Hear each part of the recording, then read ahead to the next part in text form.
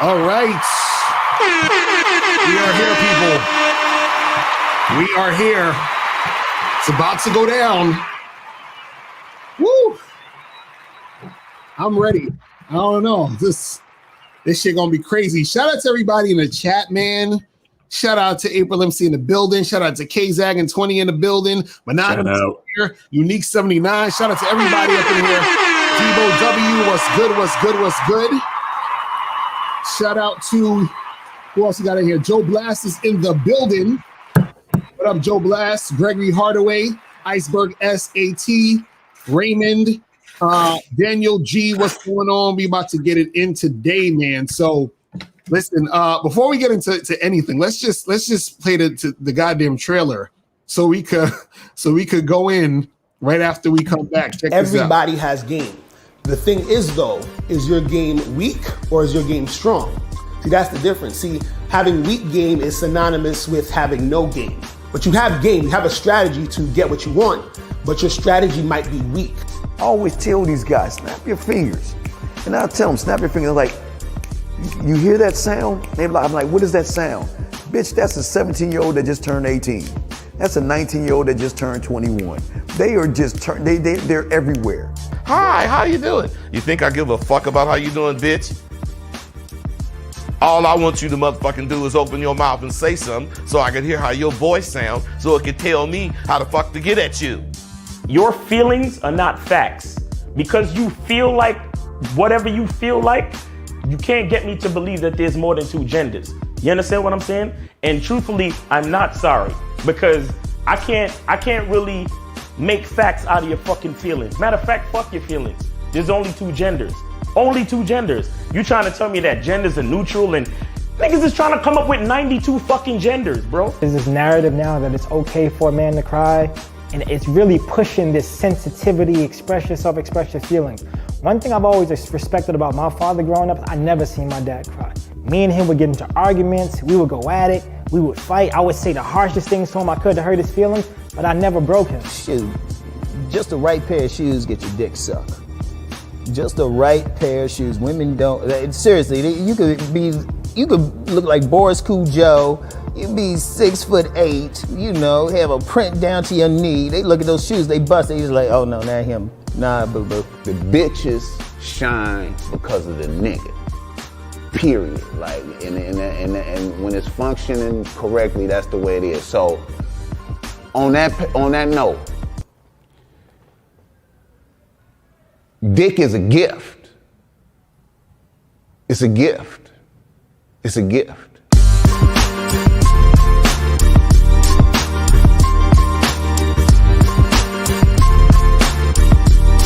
You got to play your way from start to the end. That's having game. Because if you do that, what you expect is what's going to happen.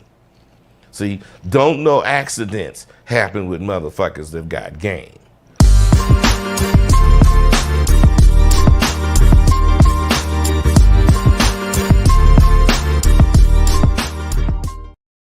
All right, we back. Yes. Shout outs to everybody in the chats. Today's show, man, is gonna be crazy. You understand? We're gonna be doing a response to a video by a YouTuber named Manosphere Highlights Daily. So shout out to him. You feel me? And again, when we shout out to my man's in them, man. Right. Remember, we're not here to like go at people. We just talking about the ideas because we're very passionate about talking about ideas and things so that you guys can learn and stuff like that. You understand what I'm saying? And we're gonna be talking about this video, and the video is called "She Doesn't Love You, Now What?" Okay, and basically in this video, he's talking about, you know, how Will Smith is in a situation and Jada doesn't love him. She don't love him. She don't respect him. And on a grander scale, he's trying to say, like, you know, you guys out there, you got to understand that you're going to be doing all of this shit. And these women just don't care. They don't love you. They only care about what you can do for them, yada, yada, yada, so forth and so on. You feel what I'm saying? Shit. We meant it, we. So we men and we shit. Now shout out to my man, son. Right. So the thing is, we gonna go through this video real quick. And we're gonna pause in between, talk about different things here and there. You feel what I'm saying? And we're gonna get that shit cracking. So let me pull up this video real quick so we can just jump right into this shit. You feel me? So let me pull this up and let's get it cracking. All right. So as usual, I'm gonna play this and then I'm gonna need to see a 1 in the chat to let me know if you guys can hear the sounds and all that other shit coming out the joint. You feel me? So let's just play this shit real quick.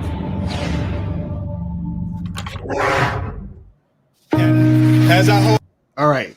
Let me know if you guys can hear that. Put a 1 in the chat if you guys can hear that shit. Put a 1 in the chat if you guys can hear it so we can go in and get it cracking. All right, so we see some 1s. Yes. Okay, let's do this. Let's do this. All right. This award, I want to give love to my wife. My wife, baby. I want to thank the jiggiest wife in the world, Jada Pinkett Smith. You want a Grammy for getting jiggy with it? Terrible. Right there, that Jada. That's the one right there. Look how mad she is. Girl, you're in trouble tonight. A good man can make a woman feel bad because she's not a good woman. A bad boy makes her feel better about herself because he takes away the pressure of being a good woman. Yo, pause this shit for a second, man. Pause. You already got pause. Go ahead. Like, what the fuck is up with this sad music? Like, what the fuck is up with these niggas and this fucking this coping music? Like this is like a Simpaholics Anonymous. Like, oh damn! Like, yo, why all these dudes is looking for niggas to feel sorry for them? That's what. But see, this is what you're gonna see in this video because he's saying he said a bad. Hold on, let me rewind that again real quick. You're gonna take it back just a little bit. Let's take it back just a little bit because I gotta. I want to thank my wife right there, that Jada. That's the one right there. Girl, you're in trouble tonight. A good man can make a woman feel bad because she's not a good woman. A bad boy makes her feel better about herself because he takes away the pressure of being a good woman. Let me. Can I hit the button real quick? I got you. Real quick though. Real quick. So he was saying that a good guy is going to make a woman feel bad. You understand? Because she's not a good woman, right? And he said a bad boy takes the pressure off of her for her not being a good woman. That's not true. Let me tell you guys something. You're a good guy. Women don't feel bad for you. They don't give a fuck. You understand what I'm saying? Like, she doesn't give a fuck if you're a good guy and you're doing all this stuff and you're being this nice guy, right? She doesn't give a fuck about that. Now, the thing is this, even if she is a bad woman, because we don't know if the woman's the bad woman, but let's just say if this chick is a bad chick, in the sense of bad meaning evil or fucked up, she's not going to feel any type of way about you being a good guy. She's just going to take advantage of you. Right. And then when she's with the bad boy, it's not a thing where she feels the pressure is off. She just might be more attracted to the guy she perceives as the bad boy because the bad boy is just like doing his own shit. You feel what I'm saying? Which attracts the woman. You understand? So what guys have to understand about it is this. What a lot of nice guys kind of do is nice guys try to put themselves in a category of niceness and being virtuous and being this like person who's doing the right thing. That when they don't get what they want from a woman, they could say, oh, well, there's something wrong with her because I'm perfect. I'm a nice guy. I did nothing wrong. I did everything correct. I did everything by the book. I did everything I was supposed to do. And now she's supposed to want me and treat me a certain way because I did that thing. Right. You understand what I'm saying? So, and then the bad boy is just like, yo, I just do what I do. Now, what's funny about it is that they showed Tupac, but I'm like, we don't know exactly what happens in the daily lives of these people. We only know what they show us. Right.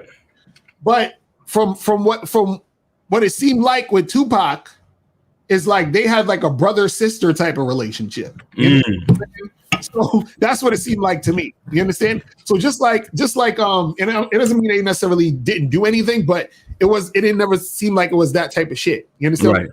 Right. Or there, we don't know because we're not there. But I just wanted to talk about that part from the beginning of, thinking that because you're a good guy, you're gonna make her feel a certain bad because she's a bad woman. It's like that they don't care. You understand what I'm saying? Like you have to understand a lot of times where I think what it is. I think men underestimate the amount of the not give a fuckness that women have. I think the word you're looking for is apathy.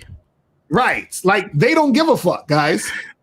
And it's not a bad thing. And I'm gonna show you exactly. As this video goes on, we're gonna explain to you why, and we're also gonna show you certain things. And it's not a bad thing because the problem actually is that guys give too much of a fuck. Facts. You know what I'm saying?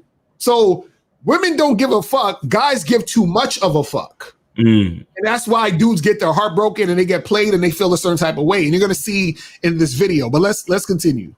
And that was a display, that moment of like me having the courage to just say no. Yeah. But now I had to have the courage to unravel it and just realizing this next 40, I got to do it my way. This next half has to be directed by my picture for myself. Will Smith gives a very candid interview in the new GQ, sharing that his wife, Jada Pinkett Smith, never believed in conventional relationships. So they've both explored relationships outside their marriage. And once he even talked to an intimacy coach.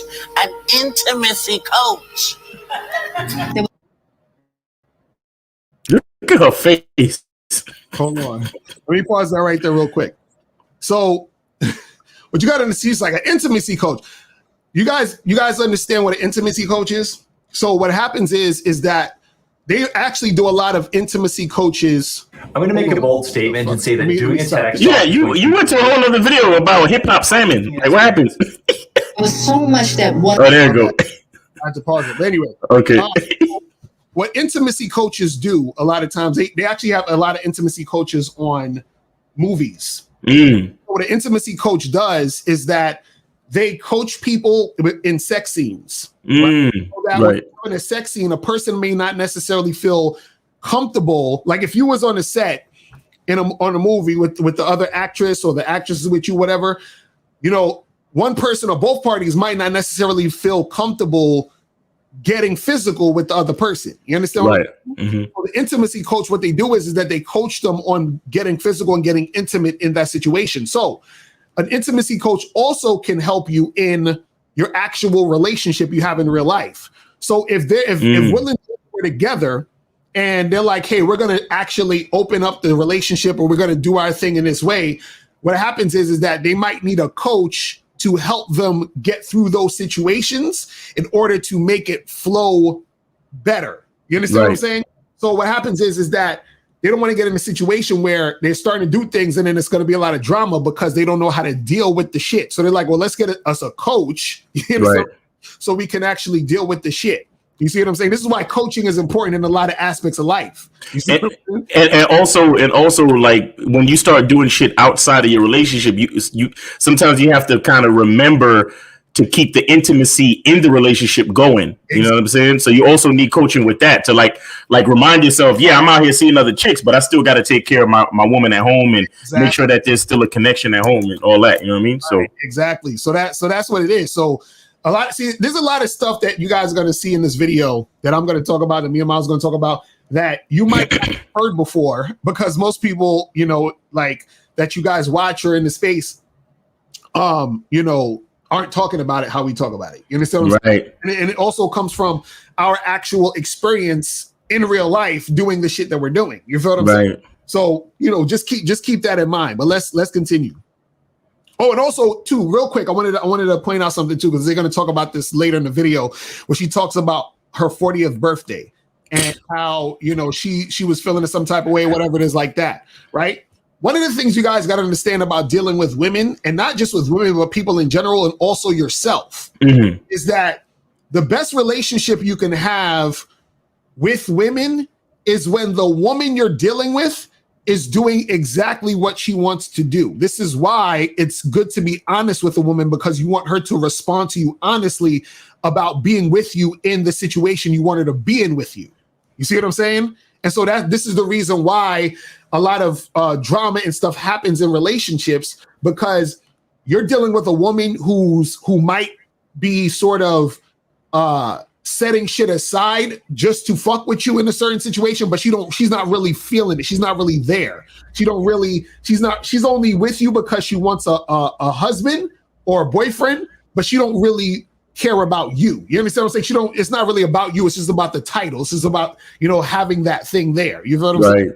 So, you know, but we'll get into that more, but let's continue. Was it me that I was living? So much inauthenticity. I do think that there are a lot more people living lives that aren't true. That is to them painful. Because of their fear. So I understand, and there's no judgment. I did it. She did it because her nature is looking for security, for safety.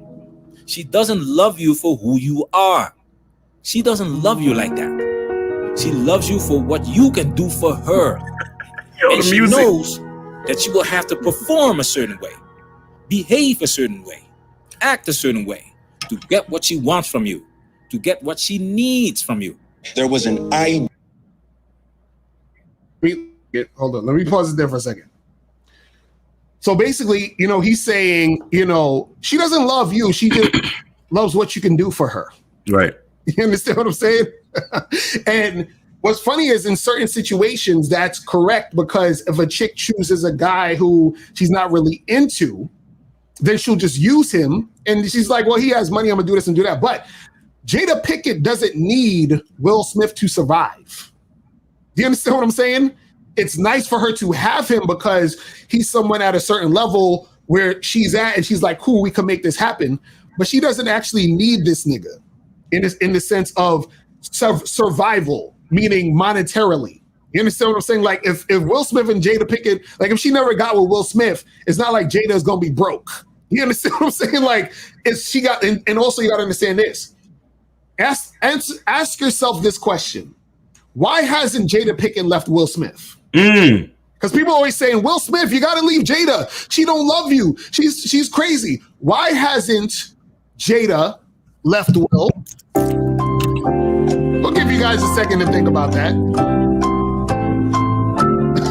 See, dudes be, you know, they be on that shit, but they don't think. You gotta think. See, what you gotta understand is, and you know, again, I'm not in their relationship, but this is what I'm speculating, is that the reason why Jada hasn't left Will is because Will is in a situation, and he's the type of guy where she is able to be allowed to actually be herself. Because throughout the situation, and dudes missed it. She was basically saying, I was being fake, or I wasn't being who I really was. I wasn't being authentic, and I'm trying to work on this. Right. See, what happens is that most women can't actually be authentic because they're not with a nigga who's authentic. You know what I'm saying? She has no one to look towards to be authentic with, to upgrade, to work with. So that's why she hasn't really left Will, because what happens is that Will has a certain mindset to where he can actually interact with her to upgrade her. This is what dudes don't get. They're looking at, well, Will Smith is a cuck and he's a simp and blah, blah, blah. Y'all don't really understand what's going on. Again, why hasn't she left Will? If she don't love him, if she thinks he's lame and all that, why is she still there? You know right, and not to mention, statistically, 80% of all divorces are filed by women. Exactly. Facts. You see what I'm saying? So, and this is, you got to understand. These motherfuckers they've been together for what, 27 years? Right? So within 27 years of being together, we're not in their house. We're not with them all the time. So you don't actually know what's going on between the two of them over an extended period of time on a consistent basis. You're just seeing little bits and pieces here and there, and you're also seeing bits and pieces of what they show you. You understand what I'm saying? Right. And so understand, they were trying to show you a narrative before that they were trying to keep up the facade of, oh, it's just us and you cheated on me with August Alsey and all this other goofy shit. And then I feel like at this point, they're like, fuck it. You understand what I'm saying? Because Will probably is like, I'm not trying to look like a out here. You understand what I'm saying? Which is why I think he came out with letting niggas know that he in an open relationship. You know what I'm saying? And by the way, I looked up something on Google real quick. It says during their 24-year marriage, Will confirmed that both he and Jada have engaged in sexual relationships outside of their relationship. And then it says, quote, "We have given each other trust and freedom with the belief that everybody has to find their own way." Facts. That's what I'm saying. That's what I'm saying. I'm telling you, dude's got to be on a whole nother level of thinking to understand that shit. But let's continue. I think I was trying to live up to an idea for him. This act is making her miserable from the inside out. And now, when she's looking at you, she blames you for her unhappiness. But she knows deep down that it's not true because you're doing exactly what they told you to do. When she's talking to her friends, she can't complain about you not being there, you not appreciating her. You doing the right things make her feel bad because she doesn't love you like that. And it's pressuring her to perform at a high level. That same thing. Stop it for a second. This is what I call nice guy tears. Nice guy tears are when you heard what he said. You're doing everything they said you were supposed to do. You're doing all these things for her, right? And she still doesn't appreciate it, and she doesn't have anything to complain about to her friends, and that's what makes her feel bad because she knows that you're doing everything you're supposed to do, and she's not accepting it. What guys don't understand is this. See, this is what guys think. Guys think that this is how nice guys think. They think I'm gonna be nice. So they're adding to their nice bank account. They're like, I'm adding all these nice coins to my bank account. I'm doing nice stuff for you. So I should act it should be compounding and it should be interest. So now when I'm ready to take out all of the niceness or take what I feel I'm expected to have, I should get a certain outcome. But it doesn't work that way. Guys think the more nice things they do, the more the woman should reciprocate in the way they want the woman to reciprocate. And then when the woman doesn't do that, then the nice guy come out. You see what I'm saying? Like, guys, this is not how it works. It's not how it works. And watch, I'm gonna show you guys in a minute the actual error in the situation, in the ways of the nice guy. You understand, based off of what they're talking about in here. But let's continue real quick. It was like I had a girlfriend who had cheated on me right before that, and everything in my creation and design of Will Smith was to be loved and to be safe. If you have money, in my 21-year-old mind, women won't cheat on you. Oh, okay. So it's one more place to you're trying to find all these outside ways to protect yourself. To protect myself, right? You motherfuckers y'all niggas looking for a safe space. Exactly. That's what happens. See, he thought, again, all these dudes, once I get my money up, shit's gonna be popping. Now you got the dude, Will Smith, rich motherfucker, looks, money, status. Like a motherfucker, all of it. You know what I'm saying? And he's like, man, I thought if I had this, everything would be perfect. You understand? But see, what you're gonna also learn in the video is there's a lot of shit that happened in his childhood and trauma that happened that causes him to act and be a certain way with his woman. tell you guys about how important understanding yourself as a man is and understanding your value as a man. Before the money. Right. Because what's interesting about this video is this perspective is from a nice guy's perspective. Because he's like, oh, she doesn't care about you. You did all the right things and all this other stuff. But I feel like they're missing the point of this whole situation. You understand? And what's interesting about this video is I looked on Manosphere Highlights Daily's channel. And last year when the entanglement shit came out, right? A video titled "She Cheated on You. Now what?" Right? It wasn't cheating. They were always in an open relationship. You see what I'm saying? So a lot of times guys are coming from it from a perspective that they don't really know anything about. You see what I'm saying? It's crazy. It's fucking crazy. But let's continue. And again, I just hold on. Go ahead. Yeah, I just wanted to say real quick. I just wanted to make a parallel to shout out DJ Academics as well, because he said the same shit. He said I thought once I got rich, chicks would start acting right. Exactly. You see what I'm saying? I just want to show that shit again. So all you looks, money, and status niggas, please take note. Right. Like this, and this is not theory. This is in the game situations of dudes with money. Like Will Smith is a $20 million a year dude. DJ Academics is a multi-millionaire. You understand what I'm saying? These people have all the money in the world, and they're still getting shitted on by females. But it's not because it has nothing to do with the nature of females. It has more to do with the game of that man and the way that he run his shit. But let's see. Let's continue. Right. So in the chat, Zawala Bonzi said, Locario, can we agree that Will Smith is the beta male? Of course not. Listen, let me tell you something. Listen, it's almost, I'm not going to say impossible, but it's damn near impossible to be a man in a non-monogamous relationship and be a beta male. Almost impossible. You understand? And the reason why I say it's almost impossible is because when you're in that situation, you have to have supreme confidence to be able to even have that type of relationship. You understand what I'm saying? So let's not go there. But let's continue. Hold on. Let's continue.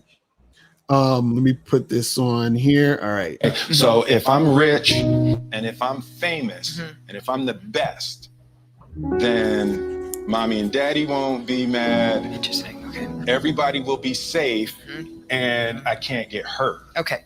My relationship with Jada. Yeah, that's what I was going to ask you. Has your relationship with Jada triggered that lack of safety where you feel like you had to go into that protective mode? God, yes, absolutely. Like, do you still have this need to get Jada's approval? Even this house is called her lake. Ah, right? Interesting. Why did you name it that? Because I wanted it to be a gift to Jada. You see how his fucking childhood trauma shit translates into his relationship with the woman? He's trying to get from the woman. You see what I'm saying? Because they said his parents separated when he was 13. So he's coming up thinking, damn, well, what can I do to keep things together and to keep shit safe? But understand, there is no safe space. None. There's no safe space, guys, for nothing, for none of this. And on top of that, see, he's doing this because he's trying to get love. You understand? We'll talk about that soon. And this is the thing. What you guys have to understand is this. And I remember hearing my mentor Anthony DeMello say this too, and I totally agree. And I'm paraphrasing what he said, but basically, you don't need love, or you don't need the yearning to be loved. You understand? Because the yearning to be loved is you trying to get validation and you desiring that love for your ego. You understand? So a lot of times, like even with this whole video, it's like saying, oh, well, she doesn't love you and you love her because, you're a guy and you have feelings and you're compassionate and she's just an evil woman. You understand what I'm saying? So that's what happens a lot of times when people are talking about these things, where it's the thing of wanting love because you want to feel special or you want your ego filled. You understand? Or your ego blown up. You understand? And that's actually what they're going to be talking about a little bit later in the video too. But this video got so much shit in it, it's ridiculous. But let's continue. For her approval. Of course, that was a psychological crash and burn also. It always is.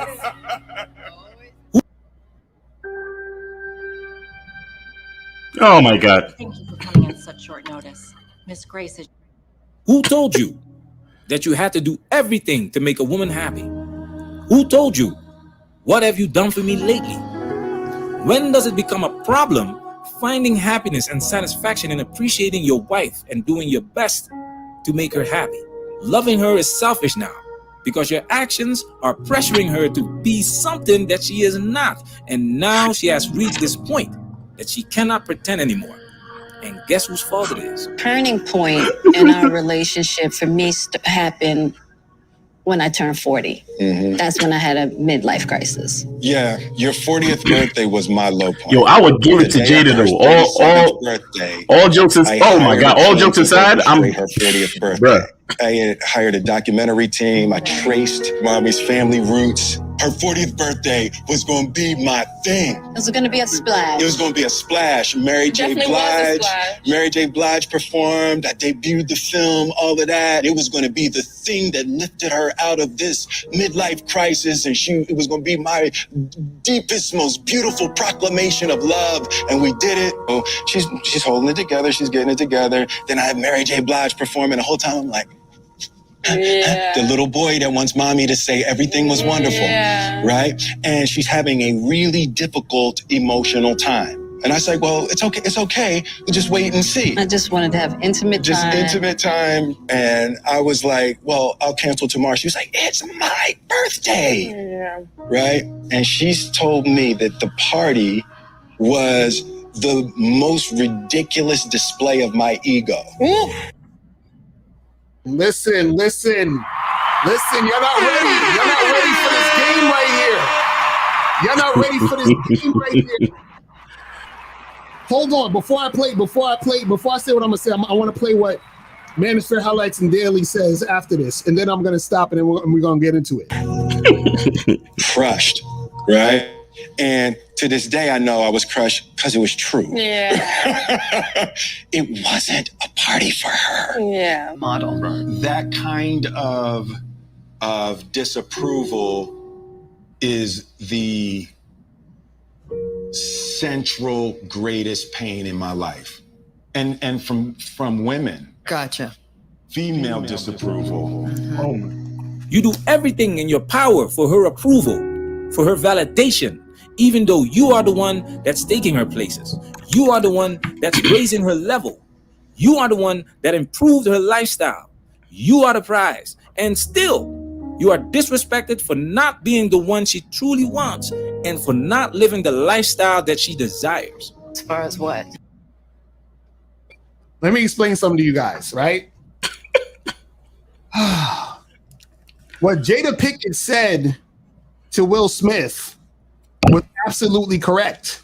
See, this is what you guys don't get. See, dudes, they looking at it from all this, they're like, oh, Jada, she didn't appreciate that he did all that shit for her on her birthday and blah. No.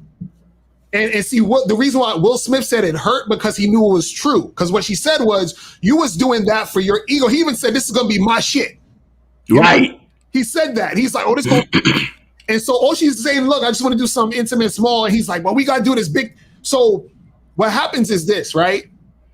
Is that a lot of times, you ever hear the saying, they say the road to hell is paved with good intentions? Woo! Right? Now what happens is this. Sometimes you think you're doing something good, but they're actually fucking up. You know what I'm saying? Now, what happens is this. There's a Chinese philosopher named Lao Tzu or Lao Tzu, something like that. Lao Tzu, you're right, Lao Tzu. Yep.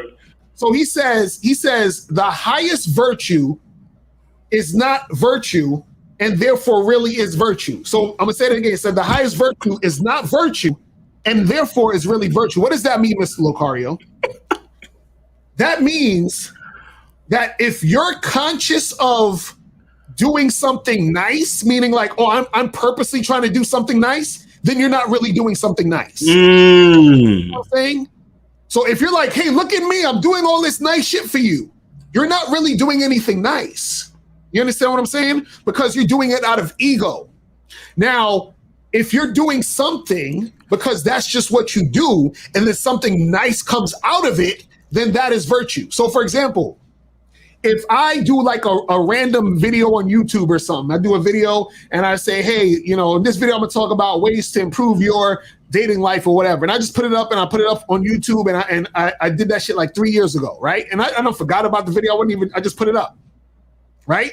And then somebody hits me up and they said, yo, Locario, I just saw that video you put up 3 years ago and I applied it to my life and it dramatically helped me improve my situation. And I found this woman and we got together, we had kids, and I'm just living great, right? So I wasn't purposely trying to do that for him specifically. I didn't come to him and say, hey, look at this nice thing I'm gonna do for you. Check out my video and this is gonna make you happy. And blah, blah. I was just doing me. And then by doing me, nice shit happened because of that, because of him interacting with that shit, and that went down. You see what I'm saying? So the problem with the nice guy is consciously always saying, look at me, look at all the nice shit I'm doing, lady. How come you won't love me? You see what I'm saying? And that right there is the unattractive part. Exactly. That's the part that makes you unattractive to a bitch. You feel me? And this is exactly what I told niggas. I said the only way to invest in a woman is to invest in yourself. That's the only way. Facts. You understand? Because once you start like, oh, I'm doing this and I'm doing that for her and I'm naming it her lake. Look, I would have looked at Jada and be like, listen, I'm the type of nigga, I need a compound because while you over here in the East Wing, I'm gonna be over here fucking a couple bitches in the West Wing. Right. Because that's the type of nigga I am. And we got a lake in the middle because I like it. Right. And it's gonna be called Lake Will or Lake Smith or some shit like that. Right. Not her lake. Right. Because that was Will Smith's problem. Will Smith's issue was that he made everything about Jada. Right. That was his flaw that he fucked up. You understand what I'm saying? But this is why it's so important to get in touch with yourself and understand your value, because then you understand you doing things because you want to do those things because that's how you do them. And see, the whole saying of the hell is paved with good intentions is because sometimes you're thinking you're doing something good because you think you know what's good for the person. So what Will Smith was doing was he thought that doing that thing was going to get Jada Pinkett out of her funk. Because she said, I was going through a midlife crisis. So he's like, oh, I'm going to do all this extravagant shit for you to get you out of this midlife crisis. And then by him doing that thing, he made it worse. You understand what I'm saying? It's like, I remember as a philosopher named Alan Watts, he explained it like this. He said it's like a monkey going into the ocean and grabbing a fish and putting it up in a tree and saying, hey, I put you here so you won't drown. You understand what I'm saying? So imagine that the monkey takes the fish out of the ocean and says, here, I want to put you in a tree so you won't drown. Right. So he thinks he's doing something good, but the thing that he's doing is fucking up the situation. You know what I'm saying? See, the key here is this, guys. It's not about you not being able to do nice shit for your woman. It's about you just being, meaning I do this nice thing because I feel like doing this nice thing at this moment. I'm not doing this nice thing because I'm trying to get validation from you. I'm not doing this nice thing because I want you to love me. I'm not doing this nice thing because I want you to fuck me. You understand? You do the nice thing because you just feel like doing the nice thing, or that's just in your nature to do it at that moment because that's what you want to do, period. Right. Because what's going to happen is the opposite is going to be, then you're going to also do just, nothing when you don't feel like doing nothing. You see what I'm saying? And then so what happens is that you're a more well-rounded person. That's why the women like bad boys. They don't like bad boys because bad boys are jerks. They like bad boys because bad boys are jerks and they're nice. You see? See, the reason why they don't like nice guys is because nice guys never show how much they can be a fucking jerk. Until a woman doesn't give them what they want, then they want to act like a dick. And also, Also, let me add to that the bad or the bad guys or the bad boys or whatever is, and it's not really that is. I mean, I don't know if is that they're necessarily a jerk, because here's the thing with unconditionally being who you are, right?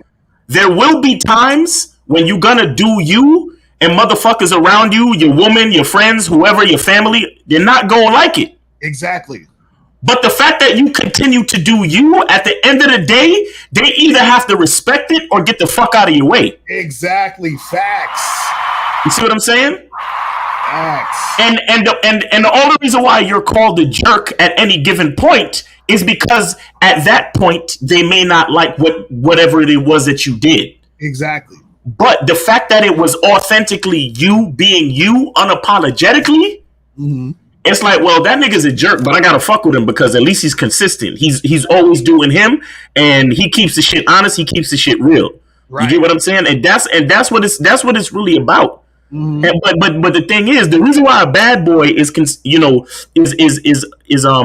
more attractive than a nice guy is because the bad boy is looking at the chick like, I don't care if I lose you. Exactly. I'm not worried about losing you. I'm more concerned with living an honest life. I'm more concerned with actually being who I am. And more importantly, me being who I am will show you exactly who I am. So when a woman says that she's actually attracted to you, she's attracted to the good parts of you and the bad parts of you. Exactly. But she's really attracted to you. Exactly. Not to the facade that you try to put up about being nice and trying to do this and trying to do that. No, she's genuinely attracted to your good and your bad. You understand? So when she says she fuck with you, when you say, like, a lot of these guys, they're like, yo, man, I'm looking for a ride or die chick. I'm looking for a woman that's really down for me. But you spend 80% of your time trying to faking and fronting that you're a nice guy. She doesn't know who you really are. So how the fuck you gonna get a ride or die chick? Exactly. Right. Right. Exactly. You see, it's in the word ride or die. That means she's willing to go through the good shit and she's willing to go through the bad shit. Exactly. That's how you get a ride or die. You be exactly who the fuck you are, for better or for worse. Just like in marriage, which is why a lot of marriages don't work these days. Exactly. Exactly. Because so many people are focused. You're focused on being fake motherfuckers. You understand? Exactly. They're focused on pleasing the other person.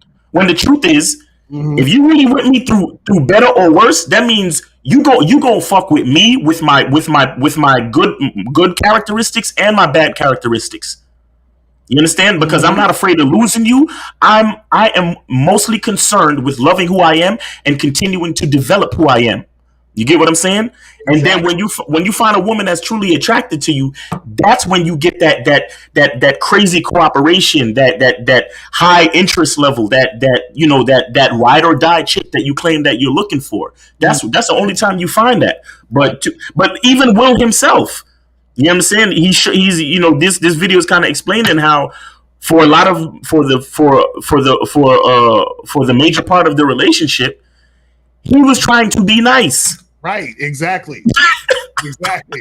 Right. And all that shit got him, feeling a certain type of way at the end of the day. And right. Also made the relationship between him and her rocky. Right. But then this is the crazy part.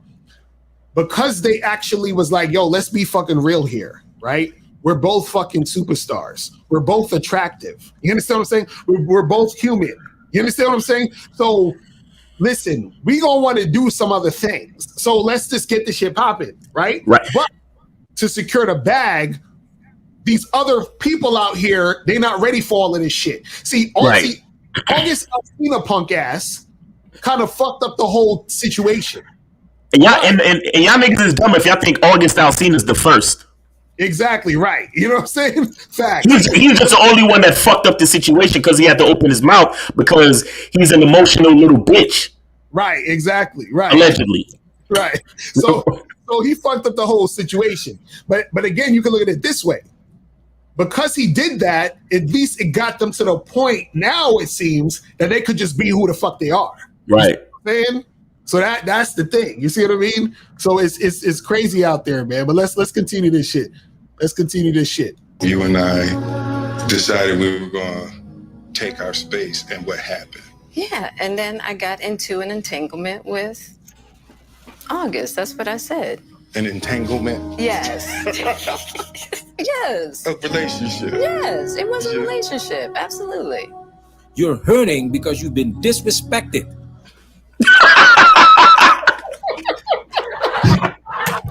This is what's funny about that. You're hurting. He's not hurt. This shit right here was all an act. Do y'all understand this part?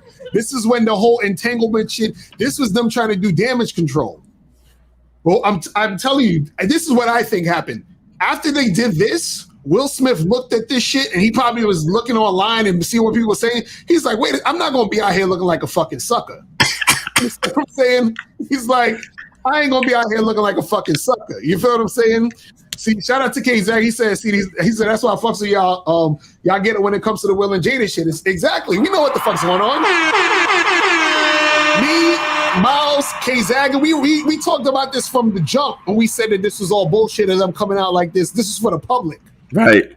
You understand what I'm saying? Remember, don't ever get it twisted and forget the fact that these two are actors. So that you see that face right there? That's acting. Because how are you going to be like, you had a relation this like this is the first time him knowing this? No, this nigga knew this shit. You understand what I'm saying? He knew what was going on because they're in an open relationship. They're non-monogamous. They've been doing this shit. You understand what I'm saying? You heard about that shit, right, Locario? That supposedly or allegedly she slept with one of them niggas from Crisscross.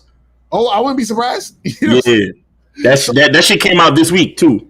Yo, listen, both these motherfuckers probably slept with half of Hollywood. You understand what I'm saying? Like, but listen, I want to say something too, though. Just on like a different kind of like psychological level, right? Because if you understand, like if you looked at this interview where she talked about August and how emotionally broken he was, right?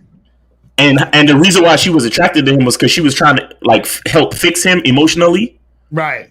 Because she herself is like fucked up emotionally, right, and probably psychologically. Right. But I want to also point out that based on the stuff that this video brought to light, Will is also fucked up emotionally because he's trying to seek female approval. You get what I'm saying? And that's a part of the reason why they probably got together in the first place, why they were attracted to each other in the first place, because he's emotionally broken seeking approval, and she's emotionally broken trying to fix herself through fixing others. Right. Exactly. You see what I'm saying? So both people were trying to repair whatever was going on inside of them by focusing on outside entities. You understand? And again, it all comes back to the shit we've been saying. The truth is inside you. Right. You understand? None of that shit, faking the funk, and none of that shit is gonna help you. Right. You understand? Just like getting a bitch to like you, you can't. Don't buy her flowers. Go out and buy yourself a fucking watch. Mm-hmm. You understand? You know what I mean? Don't treat her to a steak dinner. Treat yourself to a steak dinner and tell her she could come if she want to. Mm-hmm. You feel me? Like that's what a lot of cats don't, and they're scared to say shit like that because they be like, well, if I say that, she might not go for it. I don't give a fuck what she go for. Right. You understand? You think I give a fuck about how you doing, bitch? Exactly. Hi, how you doing? You think I give a fuck about how you doing, bitch? All I want you to motherfucking do is open your mouth and say something so I can hear how your voice sounds so it can tell me how the fuck to get at you. Woo, yeah. I love it. I love it. Man. Woo, well, let's continue this shit and see what else is popping over this video. Let's go. Let's go in. It's almost done. You already know that she doesn't love you like that. You already know that she belongs to the streets. But you were hoping that she would be different with you. And she wouldn't go back because you were going to treat her right. You were going to be the good man that women say doesn't exist. And you were going to give her the world or die trying. And after all your blood, sweat, and tears, she still disrespected you. Shit is going to happen in every relationship. But that doesn't mean that the whole world has to know that. Some issues are supposed to be between the two of you. Why do you have to bring a third person in there? That's that look that you have on your face. It's the face of embarrassment. Nobody forced you to invest your time, money, and energy into a woman that has always known dysfunction, a harlot, a promiscuous woman that never valued monogamy. There we go. He just. But why she gotta be a harlot though? That's fucked up. That's what I'm saying. He's like harlot. She's promiscuous, and she didn't value monogamy. You see what I'm saying? Listen, let me tell you something. Monogamy is something that beta males usually prefer. Mm. Do you guys not get this? Again, nice guy tears is about talking about this type of stuff. Because he's like, oh, she was a harlot, she was promiscuous, she was damaged, and she didn't value monogamy. Okay, answer me this, guys. If you had the ability to get as many attractive women as you can, would you just want one? I'm just asking a question. I mean, let's see. I'm just saying. Like, if you could get as many attractive women as you want, would you just want to be with one for the rest of your life? Remember, this is for the rest of your fucking life. You're supposed to be with this one woman, having sex with this one woman, right? Now, who does it make sense for, or what does it sound like it makes sense to a guy to only have one woman? Now, if you have two guys and one can get as many women as he wants and another guy has issues getting a woman, who do you think is going to want one woman? Who do you think will be happy or feel lucky enough to get one woman? I don't know. Maybe the beta who can't get a girl. You see what I'm saying? Do you see how it connects? So when dudes are like, oh, well, you're beta if you're out here doing all this other. No. The whole monogamy thing again, and I'm not saying that you're beta if you want to be monogamous. I'm saying that a lot of times guys who are monogamous because they have to be. You know what I'm saying? Remember, we talked about this before. The idea of monogamy and marriage was created by beta male motherfuckers who don't know how to fuck with women. Exactly. If you really think about it, the entire idea was created by dudes who looked at around and realized, wait, like because if you take society back, right? You take certain civilizations like for example, say like in ancient Sparta, they talked about how in ancient Sparta, if you were born as a male child and you were like frail or sickly, they would throw your ass over the cliff. Right, exactly. So for that type of civilization, it was all about survival of the fittest. So that means the only men who even were able to live on in that society were dudes who were physically strong and fit and were able to become warriors, because Spartans were all warriors. You get what I'm saying? Right. So most men in the society were able to get the women that they wanted in general, because everybody's a warrior. Everybody's able to command that masculinity and get what they want. But now you have the average society of today, or in the last couple of in the last century or so, right? Where every man is given a chance to live on. Every man is given a chance at life. Right. You're gonna have some dudes who are physically stronger, taller, more athletic, whatever. But you're gonna have a lot of dudes who's weaker, more sickly, more skinny, and just smaller and just very puny, so to speak, right? Right. In the same way, you're gonna have a lot of dudes who they just have a certain level of confidence. They have that gift of gab. They're able to socialize, and they're able to get as many women as they want. Mm-hmm. And then you're gonna have the 70 to 80% of dudes who's scared to fucking they wouldn't bust a grape in a fruit fight type shit. You understand what I'm saying? Right. These same sickly smaller dudes who, if we're looking at survival, most women are not gonna want to procreate with those type of men. Right. They're gonna want to procreate with the warriors, with the guys who are bigger, stronger, more muscle tone, taller. You get what I'm saying? Who exude more confidence and is willing to go out and get it, willing to go out and hunt, willing to work with their hands and build a house and get their hands dirty and do manly shit. Right. The men of the modern day, as they started to civilize shit and create governments and legislation and all that shit, they realized, hold up, it's only the strong that are getting the bitches. Right. You know, Big Tom and John Henry got like 15 bitches, and I'm over here and I can't get none. Right. Wait. No. We need to flip something. We need to change the legislation. You understand? So they was like, you know what? Every man should have one woman. You understand? We gonna do this thing we gonna set up this thing called marriage. You understand? And then as it developed, then it was like, oh, then you gotta have land and you gotta get her a ring, and that's where the money and the status shit started coming in. Right. You get what I'm saying? And then so those beta males literally created the rules of society so they can even the fucking playing field. Exactly. Let's not kid ourselves. That's what it is. Right. That's what I'm saying. So dudes don't even realize why the fuck shit is the way it is. Hold on one second. Let me answer this question because it kind of ties up my point. Listen, so this guy Dusan Manilovich or whatever, he says, why the fuck is monogamy socially accepted and polygamy isn't? Right. It's the same way that smoking weed was made illegal, and why drinking alcohol isn't. It's the same shit. Niggas put the rules within legislation.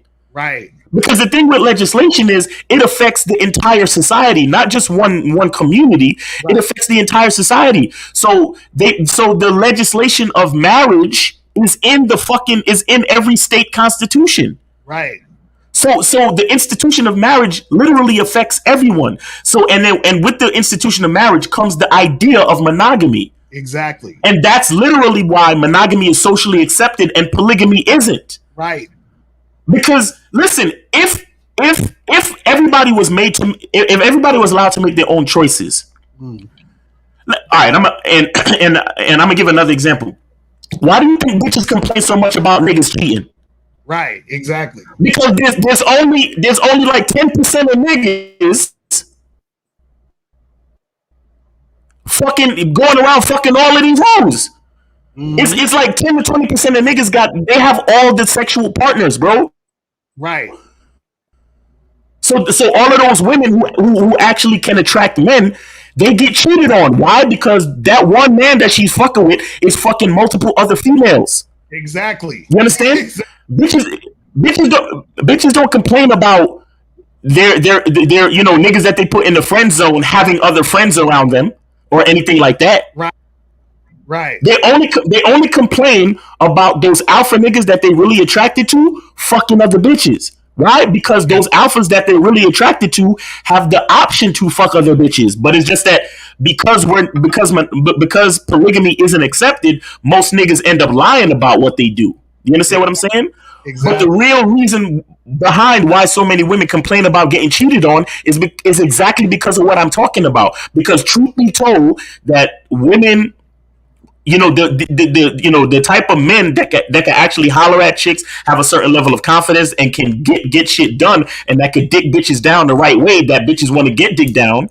Those are the niggas that worry about themselves. Those are the alpha dudes that keep themselves first. You understand what I'm saying?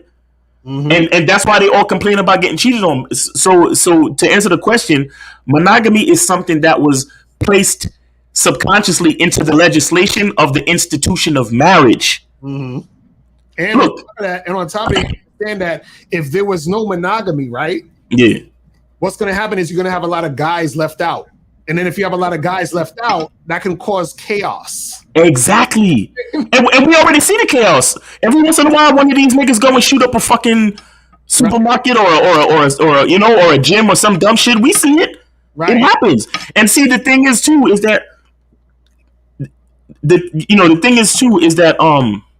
Fuck, I had it and I lost it. Fuck. It'll come back at some point. It'll come back. But let's continue this video. It's almost done. It's like maybe a minute and a half left. But the ending of this video, I was just like, oh. But let's go. And the fool that you are still wants to do the right thing, still wants to do right by her, because it is you who truly loves her, not for what she does, but for who she is, or at least the idea of who you wanted her to be. What I have realized, the real thing that everybody is looking for is the experience of love. And that can be in any house and however much money and all of that, you know, and we don't believe that. But I have, you know, firsthand comprehension that there's not enough money to make your relationship go right. That's right. That's right. You do.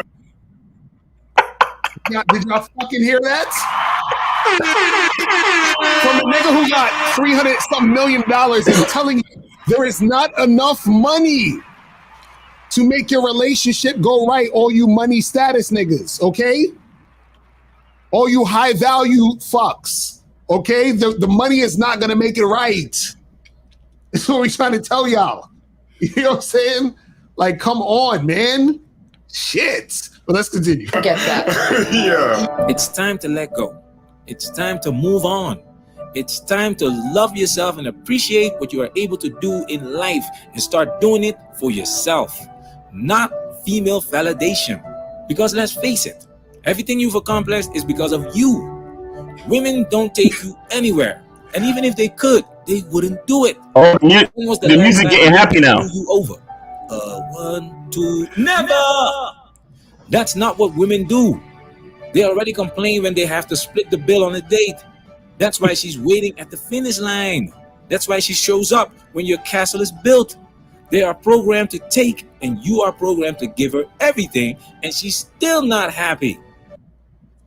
Hold on. I gotta. We get into more of that save yourself from the evil women. We're gonna take all your shit.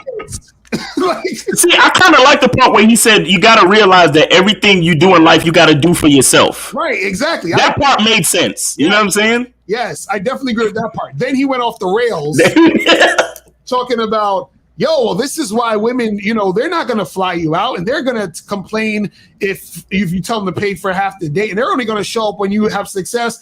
And I'm like, see, even saying that, think about that statement. They only show up when you have success. Now, if you're in a situation where your experience is that women only showed up when you had success, then what does that actually say about your game? Because why are they just showing up now when you have success? And if they are showing up when you just have success, then what does that mean? Right? Why would you understand? Like, that means that the woman doesn't really care about you. So he's like, you're doing all these nice things for her, but she doesn't give a fuck. But don't we know this already? Don't we know that she don't give a fuck? Especially if she's only shown up when you have success. You see what I'm saying? Like, if she's only shown up when you have money. So we should know that this woman doesn't care about you. This is what we were trying to say from the beginning. But for some reason, guys are, it's the funny part. Guys are striving to get the money and the status and the success to get women, and then get mad at women for showing up when they're successful and have money. And they get mad at them for not liking them or loving them for who they are. Right. Like, that's fucking crazy. That's crazy. It's like, I got to get my money up for women to get women, but then now that I got my money up, these bitches is gold diggers. You understand what I'm saying? Like, I want to fuck all these girls that I see, but these hoes got a high body count. You understand? It's like contradiction. I want to fuck hoes, but I don't want hoes to fuck. Exactly, right. You know what I'm saying? It's like, oh, you know, I'm doing all of this stuff, being this nice guy, right? Expecting her to do this thing because I'm doing this thing, right? And then get mad that she's not doing exactly what I want. but you're being inauthentic, and then you get mad when she's not being authentic. It just doesn't make sense. Listen, I got something off of CNN.com, and it's called "Why Did We Become Monogamous?" And this is the first fucking paragraph, right? It says scientists at University College of London believe monogamy emerged so males could protect their infants from other males in ancestral groups who may kill them in order to mate with their mothers. That's crazy. What the fuck did I just say before about warriors and weakling niggas? It says to protect their infants from other males who will kill them in order to mate with their mothers.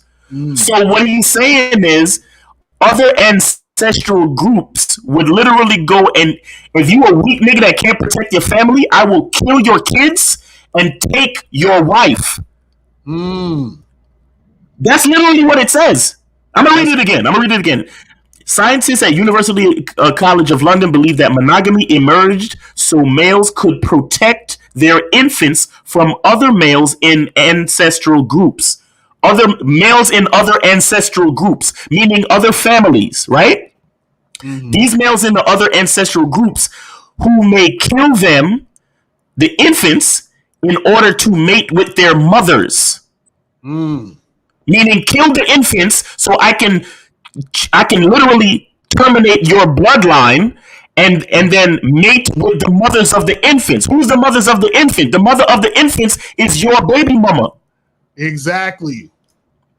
So I kill your kids and probably kill you too and take your wife away from you so I can mate with her to continue my bloodline.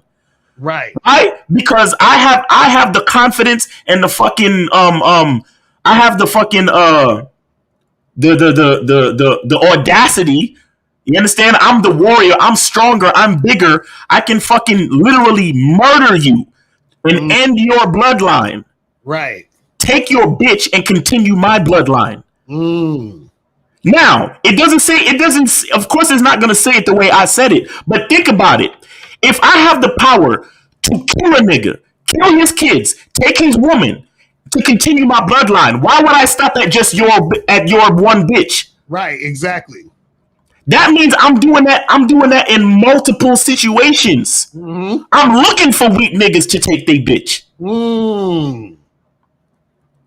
That's crazy. And see, now if that's the situation, you're gonna say, but wait a second, hold on. We got to create a situation where every guy, you got to be with one person. You understand what I'm saying? Like, and it's not right to be with all these other. You see what I'm saying? That's what happened. Even with the way they wrote the article, they were still trying to hide the truth. Because listen, I'm gonna read it one more fucking time. It says scientists at University College of London believe monogamy emerged so males could protect their infants from other males in ancestral groups who may kill them in order to mate with their mothers.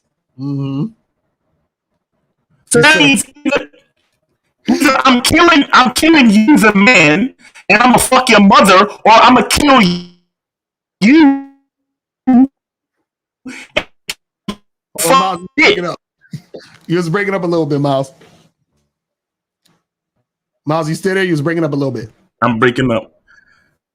You see, okay, now you good. You good? Yeah, you see why I'm breaking up. Exactly why I'm breaking up, because I'm bringing the truth to these niggas. Exactly. They would kill you and rape your mother, huh? Now, Aussie said, "Does that make the motherfuckers?" Facts. They would kill you. They would kill you and rape your mother, or they would if you a man with kids, they would kill you, kill your kids, and take your fucking bitch, take your baby moms or your wife or whatever, because that's what the stronger men in ancient societies did. Right. That's what they did. Like all of those stories about the savages and the barbarians and the Vikings going to different places and raping and pillaging. What the fuck you think they did when they raped these chicks and killed your ass? They would kill these weaker men and rape these women. You think they had birth control back then? No. Right. They're continuing their bloodline. That's what they're doing. Do you think they was waiting for choosing signals back then? Bro, monogamy, the idea of monogamy was created by weak motherfuckers. Right. Period. Oh man. Look. I want niggas to see this shit so they know I'm not capping. It's a CNN article. Can you see it? Yeah, I'm putting it up.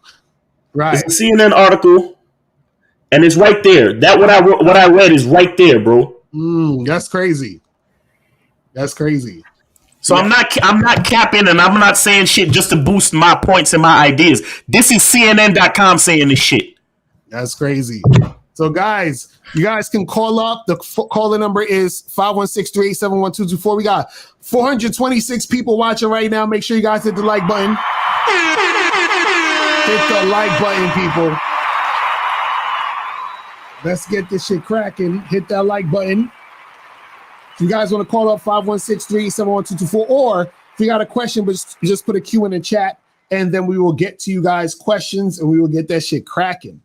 But yeah, this is the thing, guys. You know, the reason why I wanted to show that video was because you got to understand certain things from a certain angle. See, you're usually going to see things from where you're at. So a lot of nice guys, what they're doing is that they're seeing things from that nice guy perspective, and it boggles their brains and their minds, because they're like, I don't understand why these women keep treating me fucked up when all I'm doing is being good to her.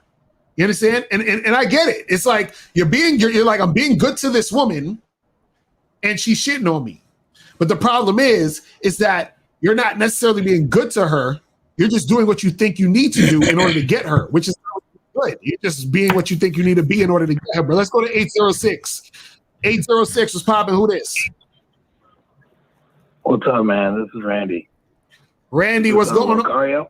What up, Randy? Did you donate? Yes, sir. Yes, sir. All right, let's go. How's about that? Yeah. What's going on? I was about to ask for the hooray and the cha-ching. But anyway, first thing, Miles, are you there? Yeah, what's up? All right, what's up, man? Dude, I dig your shades.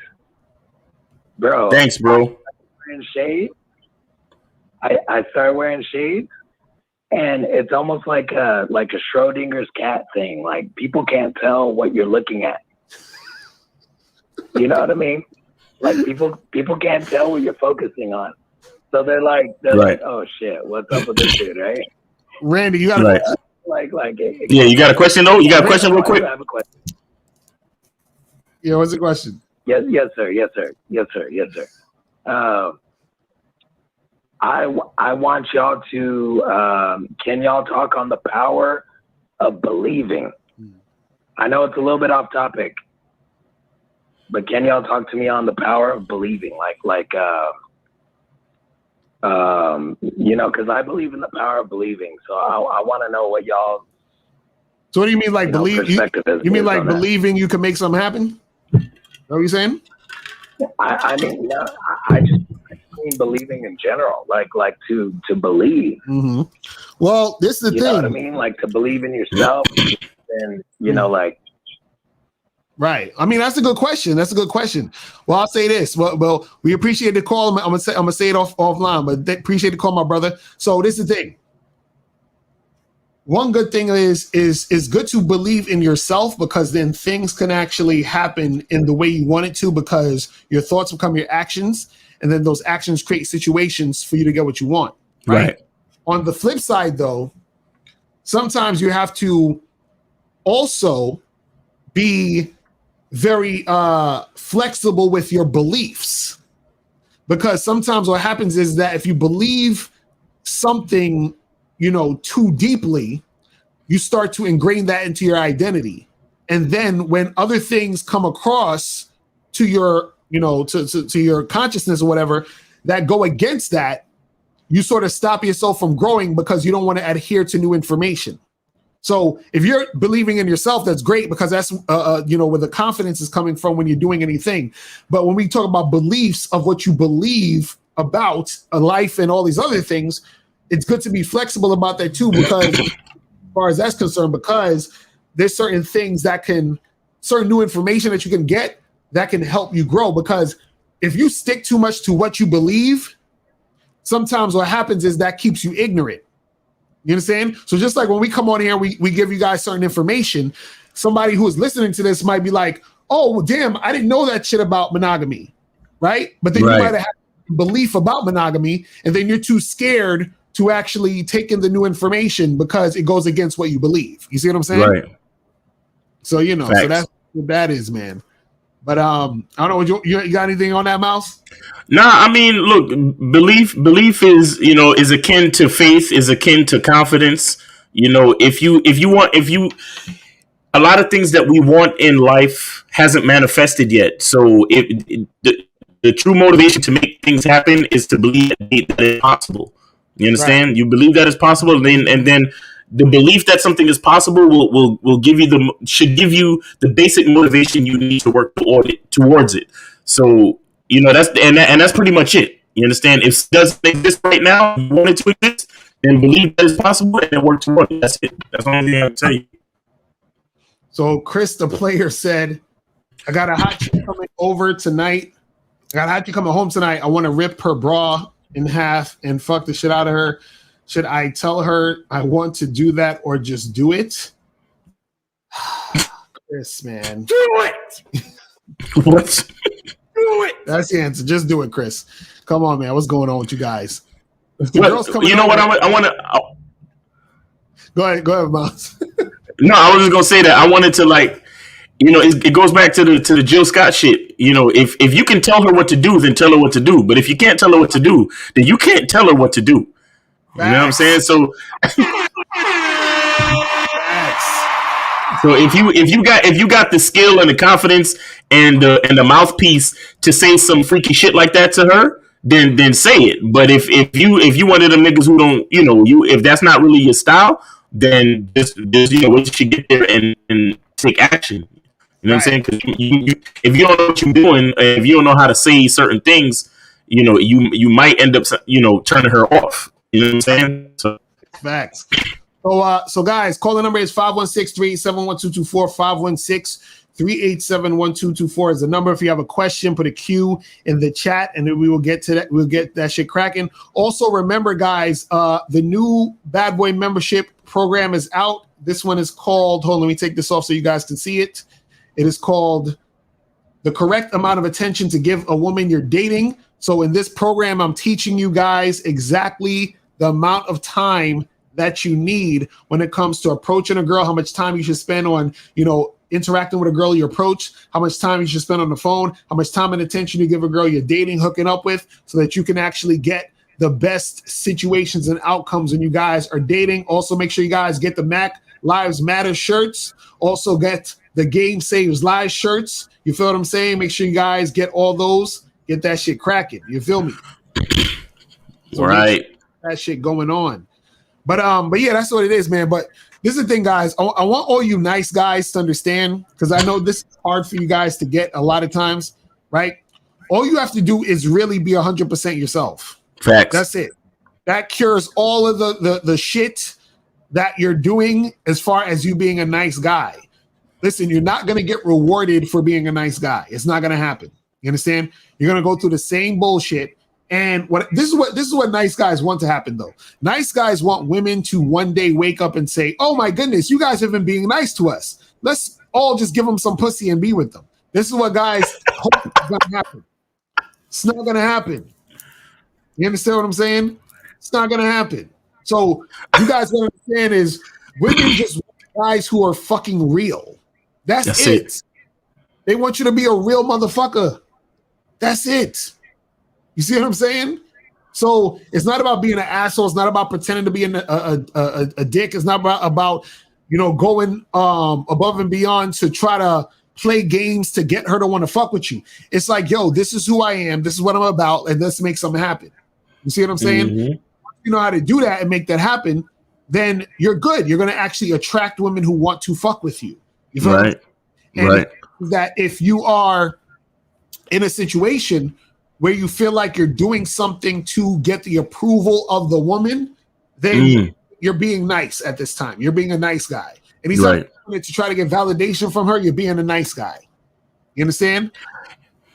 And it also goes with the whole thing about with the Will Smith example, and Locario said it earlier about when you're conscious about whatever it is you're doing, thinking that you know the person will appreciate you and want to do things the way you think that they should want to do things. So, like for example, you say to yourself, "Oh, I'm gonna take her to dinner, and I'm gonna get her flowers and candy, and I'm gonna be a gentleman, and she's gonna want to fuck me tonight." Right.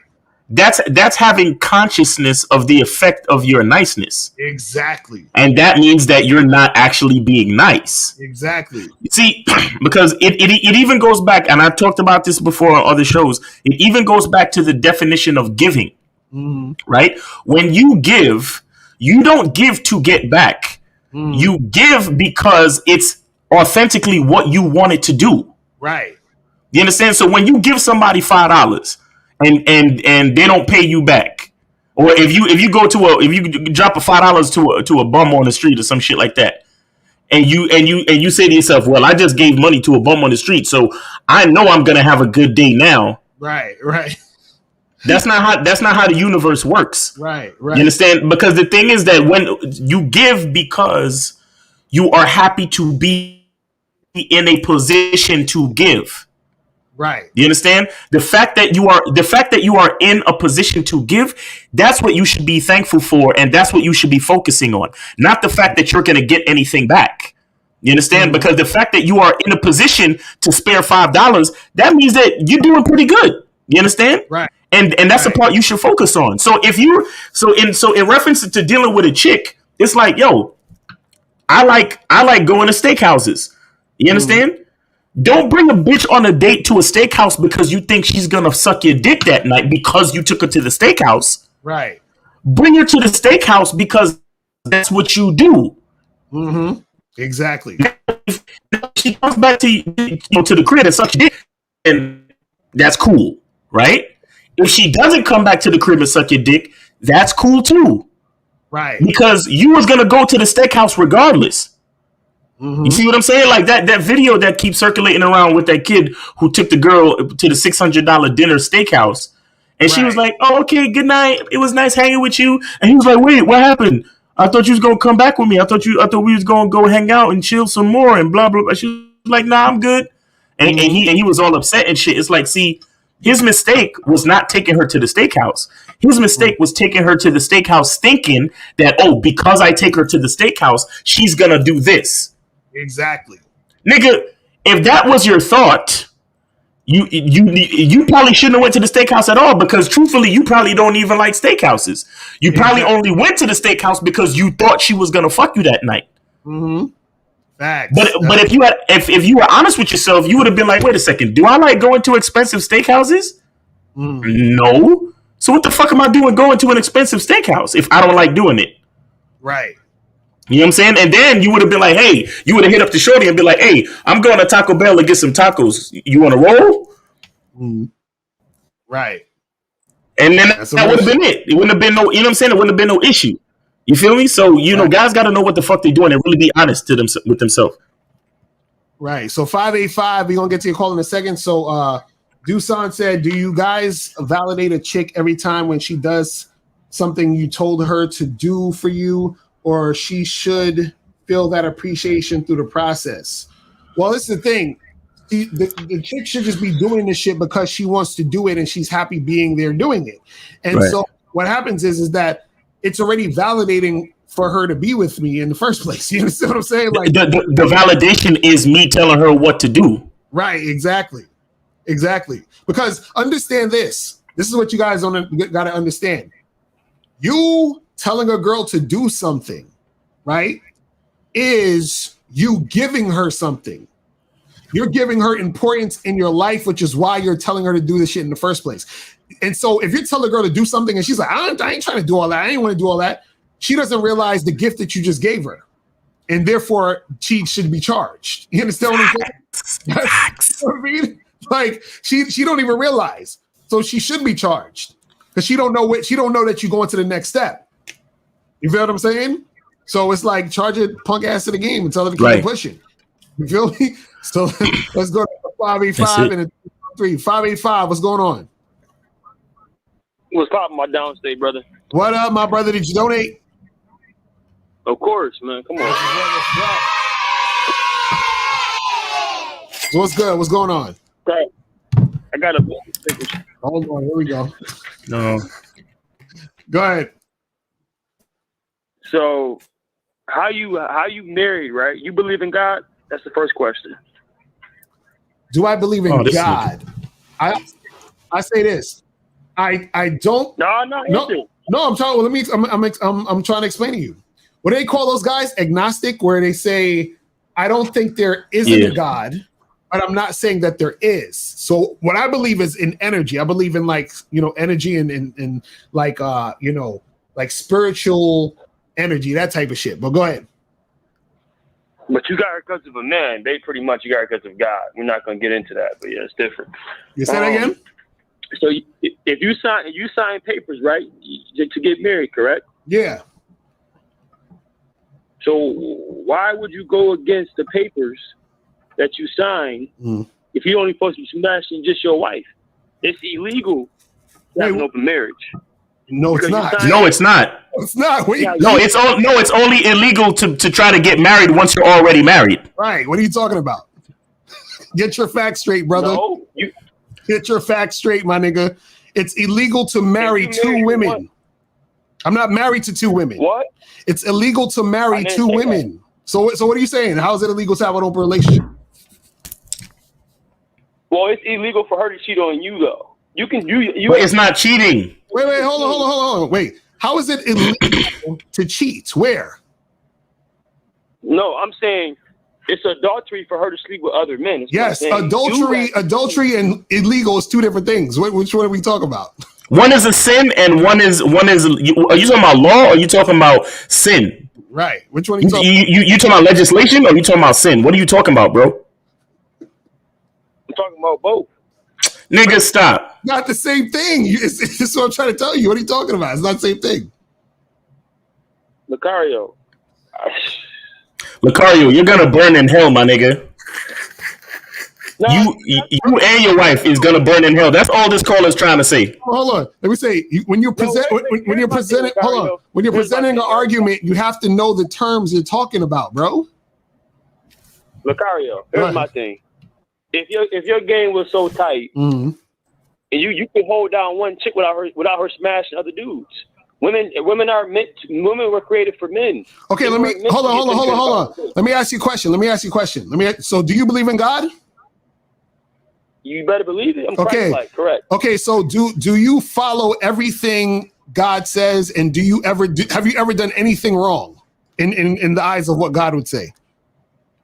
Of course, I repent. Wait, hold on, boy. Wait, so are you saying God has no game?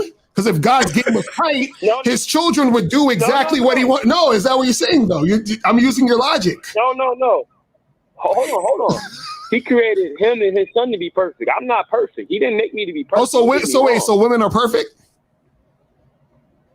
Oh my God. I'm going by your logic, bro. I'm going by your logic. I'm not. Locario, if you went to Idaho, right? You could not, and this chick was messing with this dude for 20 years. You couldn't take her from him with your game because she's already solid to one dude. You couldn't do it. Okay. In Idaho. In Idaho. Okay, so let me ask you a question. Why do women stay faithful? You can do it in New York. Hold on. Why do women stay faithful? What you mean? I'm asking why do women stay faithful? Because they only want to fuck with that one dude. Again, that one dude can give them all the kids. So hold on. So you're saying, so they stay faithful because who in the situation wants to stay faithful? What you mean? Who, what I'm saying is, she hasn't. No, what I'm saying is, I'm asking you, what makes a woman stay faithful, right? The answer, I'll give you the answer. The answer is, the reason why she's faithful is because her being faithful in that situation benefits her at that moment. Right? So now, when something else benefits her in that moment, she will go do that other thing. So what I'm trying to get you to understand is that she does not stay faithful because of the man's game. Do you understand that?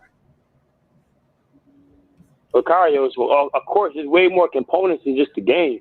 It doesn't matter about how much money he makes. She's just in tune with that dude, period. No. It's not about the guy, bro. It's not about the guy. That's what I'm trying to explain to you.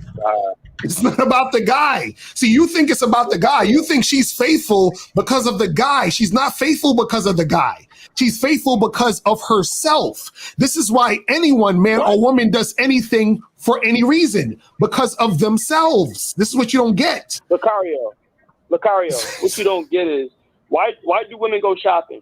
For men. Why do women get their nails done? Because they want men to look at them. Right. They're doing it because they want something from a man, correct? But they want validation, yes. Right, and so they're doing it. They're doing it because they want something. So they're doing it to get something they want. So when a woman is faithful, she's doing it because it's something she wants to get out of it. So when she's unfaithful, she's doing it because she wants to get something out of it. So what does that have to do with the guy? Oh my God, man! What don't you get? Bro, you're not getting it. What I'm trying to explain to you is anybody on the earth, man or woman, we only do things for our own selfish reasons, brother.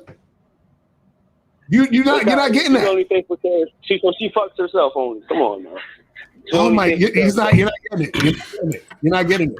You're not getting it. Okay, let me ask you a question. If a woman cheats on her man, why is she doing it? If she cheated on her man? Yeah.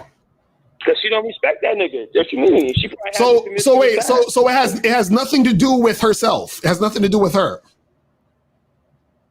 Yes, did it not begin and end with the man? Yes or no? No, I said it has nothing to do with her. No, he's not doing his job. So wait, hold on. He's not doing it. So wait, hold on. So what I'm saying to you is this: when a woman cheats on a man, right? It's the same reason as why she stays faithful to a man. The woman is doing in both situations what she feels like doing at the moment, correct? Locario, if we signed up for monogamy, right? I didn't sign up for monogamy. No. I believe in that. I'm saying, I'm just saying, for example, Okay. if you do that, Okay. and she cheats on you, that's your fault because you picked her. Stop blaming her. You're the man. You picked her. You knew. Wait. You knew she had a high body count. Hold on. So the reason. Hold on. So the reason why she's cheating on you is because you picked her. Is that what you're saying? Yes, you picked the wrong chick. So who's the right chick? Who's the right chick? I mean, I'm godly, man. Whoever God sends you, man. Pretty much, she's not going to cheat on you. Okay, so again, we're going right back to the whole thing. Again, why is she staying with you? Give me a reason why she's staying with you and not cheating. Oh my God. Give me a reason. Because she wants to. Okay, so wouldn't it be safe to say that if she cheats on you, it's because she also wants to? Yeah, no, I agree with that, but I'm saying. So then what are we talking about then? Hold on, though. Why would a good woman cheat on a man she respects if she signed up for monogamy? That's what I'm saying, man. Because okay, let me ask you a question. Have you ever tried a diet? I do, yeah. I just call them food plans, yeah. Okay, so have you ever cheated on your diet? No. Okay, why do people cheat on their diet? Because that's their fault. They get weak and they get fucking you know what I'm saying? Right. So was it because the cheesecake didn't have enough game, or the salad didn't have enough game, so the person ate the cheesecake, or did the person eat the cheesecake because they wanted to eat the cheesecake? They did, but they gave up because they couldn't go through it. That's weak. Well, but why did they do it? They did it because they desired to do it, correct? Right, but as a man, until you're going to do something, you're going to do it, right or wrong. I agree. But with we're that. talking about Yeah, women. We're talking about women, and it even goes for men too. But we're talking about women. If a woman desires to go fuck somebody else, she's going. It does not matter how tight the other guy's game is. This is what I'm trying to tell you. This is what you're not understanding. Locario. But bro, I gotta move on because we got a few more calls. But bro, you gotta understand. I see what you're trying to say and do, but understand that that's always going to leave you frustrated because you're gonna think you're gonna get with a girl thinking she's not gonna cheat on you, and then some nigga's gonna come around and fuck your girl, and then you're gonna feel some type of way. Because you didn't understand that it had nothing to do with you. You're thinking it has something to do with you. But that's not my girl then. That's what I'm saying. I wouldn't choose her. I'll stay single till God sends me a solid chick. I guess you got to stay single, brother. You got to stay single, brother. All right, man. Appreciate the call, my man. I'll holla. Man, you see, he's the equivalent to them chicks that call in on other shot caller shows and say that God is gonna find them a good man or a high value man. Exactly. That's what I'm saying. I'm just like, bruh, like, what do you guys don't get? It's like, it's so simple. You have to understand, everybody does what they want to do because they want to do it. Y'all got to stop getting out and living in your ego to think that you're control. It's like this. It's like if you're in the ocean sailing a boat, right? You're controlling the direction of the boat. Right. The water's doing what it does. Right. But he basically called it and said, well, if you have enough game, you could stop the waves in the ocean. It's like, nigga, what are you talking about? But again, that's what these niggas want to believe because they looking for comfort. They looking for guarantees. Right. You understand? They're looking for somebody to tell them, as long as you do this, this, and this, it'll be perfectly okay. Your girl is gonna respect you, she'll never cheat on you, and she's gonna be the perfect woman, and she's gonna be the woman that God sent, and everything will be perfect. Right. And it's like, bro, like, look. I don't care how many pills y'all take. I don't care how many times y'all pray. The only thing that you can control and not even all the way is yourself. Exactly. Facts. The only place of comfort is in here, and you still might go crazy. So facts. That's funny, man. All right, so let's go to 303-224 and then 973, and then we'll be out of here. 303, what up? What's going on, Locario? Miles, I donated, man. Appreciate it. What's going on? Yeah, I'm a long-time fan. All right. First-time caller. I just wanted to say, man, I saw you guys on Fresh and Fit a year ago, and I love when you two talk about the origins of monogamy, because that shit changed my life, man. Like, just hearing Miles talk about, the real reason monogamy happened, because the alphas was taking all the bitches. Right. That's facts. Right? Like literally taking them. Right. Yeah. I'd have a couple questions. One, I wanted to ask Miles, with your like girl and whatnot, is she open on her end as well? Yep. Okay. I was just curious. And then, so as to my real question, I don't think y'all asked me my name. I was going to tell y'all call me Training Wheels because I am slow to this game, man. But anyways, I fucked up a little bit. I agreed to be monogamous with this chick. I've been seeing her about once a week. All right, so get to the question though, please. Well, basically, how do I break it to her, and go back on it? So, I can't do that shit. And before you answer, she's also kind of told me shit before that, like, basically, she don't want to know.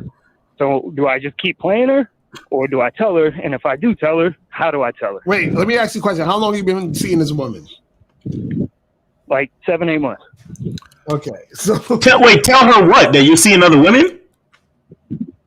Yeah, because I basically agreed to her. She asked for monogamy, and I agreed to it like a dumbass. So when did she ask for this monogamy? At what point? Probably like 2 months ago, something like that. Damn. So what? So about 4 months into the situation, she asked you to be monogamous with her. Pretty much, yeah. Okay, and then she's saying to you, if you're gonna fuck other girls, just don't tell her. I don't remember the exact words, but we pretty much had a conversation in the past where she kind of hinted that if I am fucking other good bitches, she don't want to know. Right. See, what's crazy about situations like this, and this is why we try to tell you guys to really study the game. We try to give you that sort of like a blueprint to certain things, because we did a video a long time ago. We talking about sometimes you got to charge a situation because you fucked up. You understand what I'm saying? And yeah, you could probably save this situation, but see, what you should have been doing was just, hooking up with her, dating her, while you're of course dating other women, and then at a certain point, then you can decide whether or not she'll be your girlfriend or not. But you already gave her you basically gave her the girlfriend title early. You understand what I'm saying? Yeah.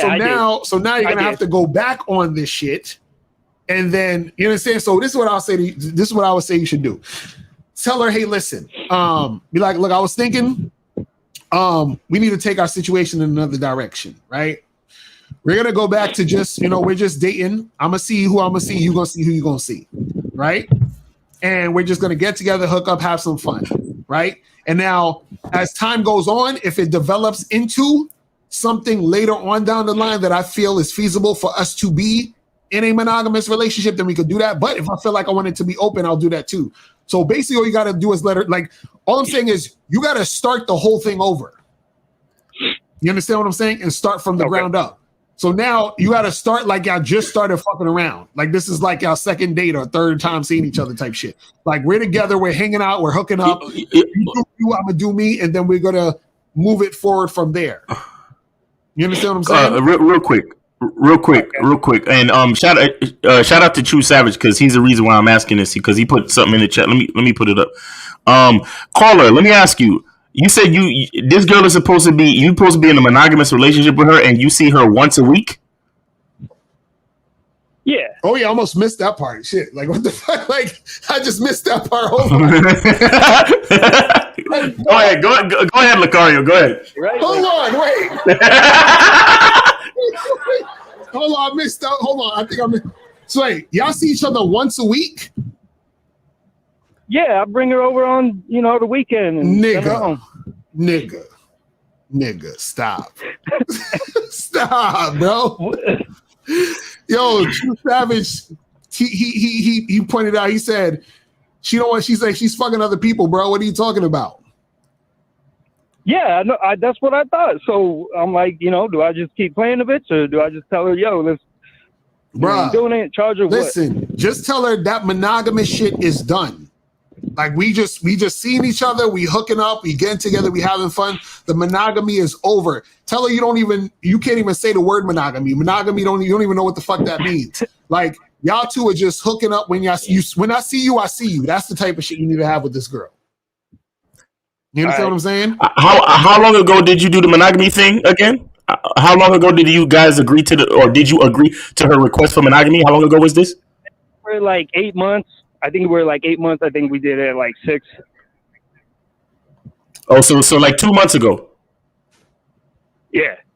And has there been any other conversation about like relationship status or monogamy or the fact of being exclusive at any point in time?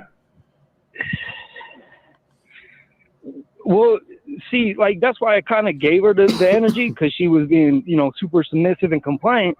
But then she, then I just felt like she kind of dropped off and she ain't doing enough. So I'm like, fuck this. What? Wait. So she was all in, and then you gave her what she wanted, and then she fell off. She fell back. Is that what you're saying? Nah. Like I don't feel like like I was giving her that boyfriend energy, but I don't feel like she actually want to keep taking it there and keep getting deeper in the relationship. Just with like little things she be saying. Little things she be saying, like what? Like fucking I don't know, man. I'm just like hard to think of some shit right now. Nah, you need to tell us. This was you leaving mad shit out, bro. She don't want. You leaving mad shit out, She don't want like a real relationship. Wait, she says she don't want a real relationship. A real monogamous relationship, like she says she wants.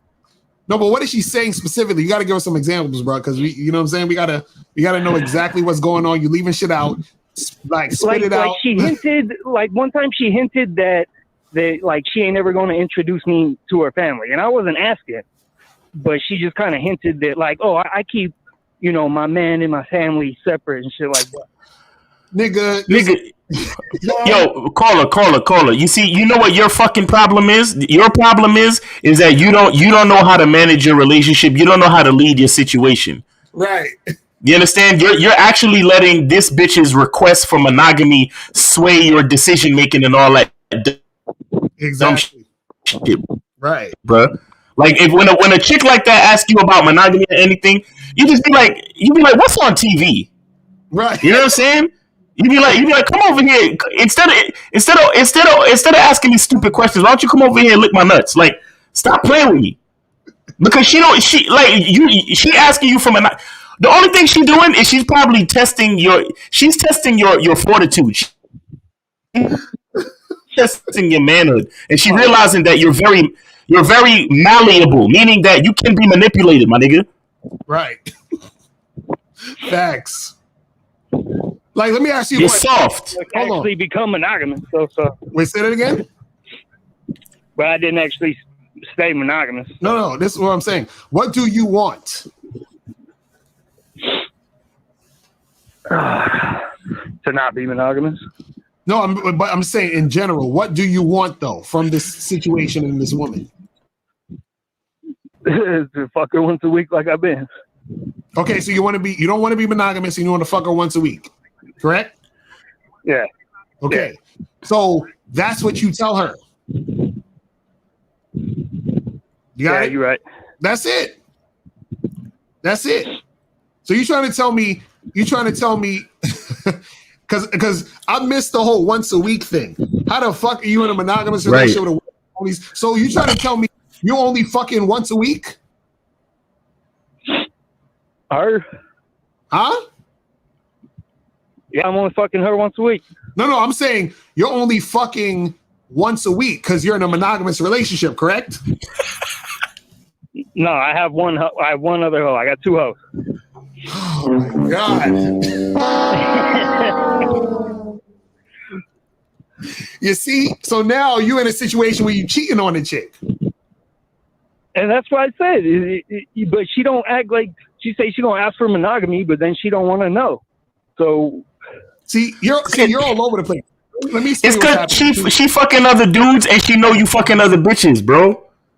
Right, exactly. And that's what I knew the whole time. So we just bullshitting both of us. Exactly. That's what I'm saying. And see, and this is your fault because you're supposed to lead the fucking situation. So you're all over the place. So you're supposed to lead the situation. Yeah. You're all over the place because you're going back and forth, figuring out what to do based off of what the fuck she's saying. You see what I'm saying? You just need to be like, listen, I want A, B, and C. And we're going to do A, B, and C. And that's that. And then you just do A, B, and C. That's it. I want to fuck you once a week. And I'm going to be fucking other women. And you can go do your own thing. That's what you need to tell her. And then just keep it pushing that way. You feel what I'm saying? You're right. All right. That's it, bro. All right, man. Appreciate the call, man. But see, guys, this is why y'all have to figure out what you're trying to do and just do that shit, man. Like, y'all listen, stop looking for input from women. Right. You understand? Dudes be looking towards women like, so what do you want to do? And what type of relationship do you want? No. You tell her what you want to do. That's it. You see what I'm saying? That's it. Like she's like, oh, I want monogamy. That's cute. That's cool. Yeah, that sounds really good. But I like what we're doing right now. You know that thing where you come over once a week and I smash, and right, or you come up here once a week and we smash and we chill. That's what I like. So let's keep doing that for a while. We can talk about the rest of that shit later. That's what you say, man. And y'all niggas is so afraid. Mm-hmm. You're so fucking afraid. Let me tell you something. What's the worst that can happen? Your dick already been dry for the last 2 months. So now you finally get a woman in your life that's trying to that actually wants to spend time with you and make your penis wet, make your dick wet, right? Right. Niggas is acting like it's so horrible in the situation it was in before they brought the chick into the situation. Right.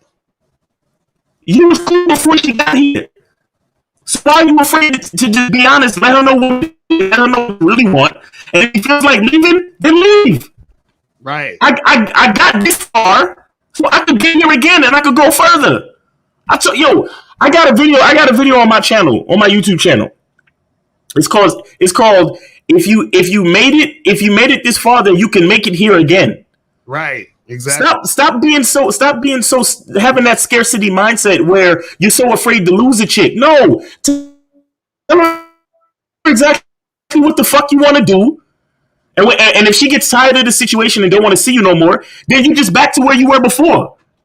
You was just a regular dude with no chick, and you just continue working and doing, swiping what you're doing, or going out and hollering at chicks, or taking advantage of your social circle game, or however you get chicks. Right. Period.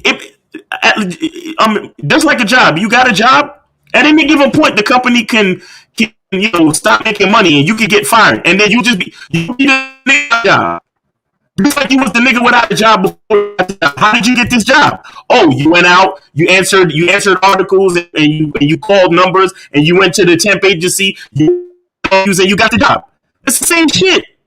Mm-hmm. Stop being so afraid. Stop being so afraid of change. If the bitch gonna leave, she gonna leave, or she might, God forbid, she might get hit by a bus. There's 1,000 different ways for a woman to leave you.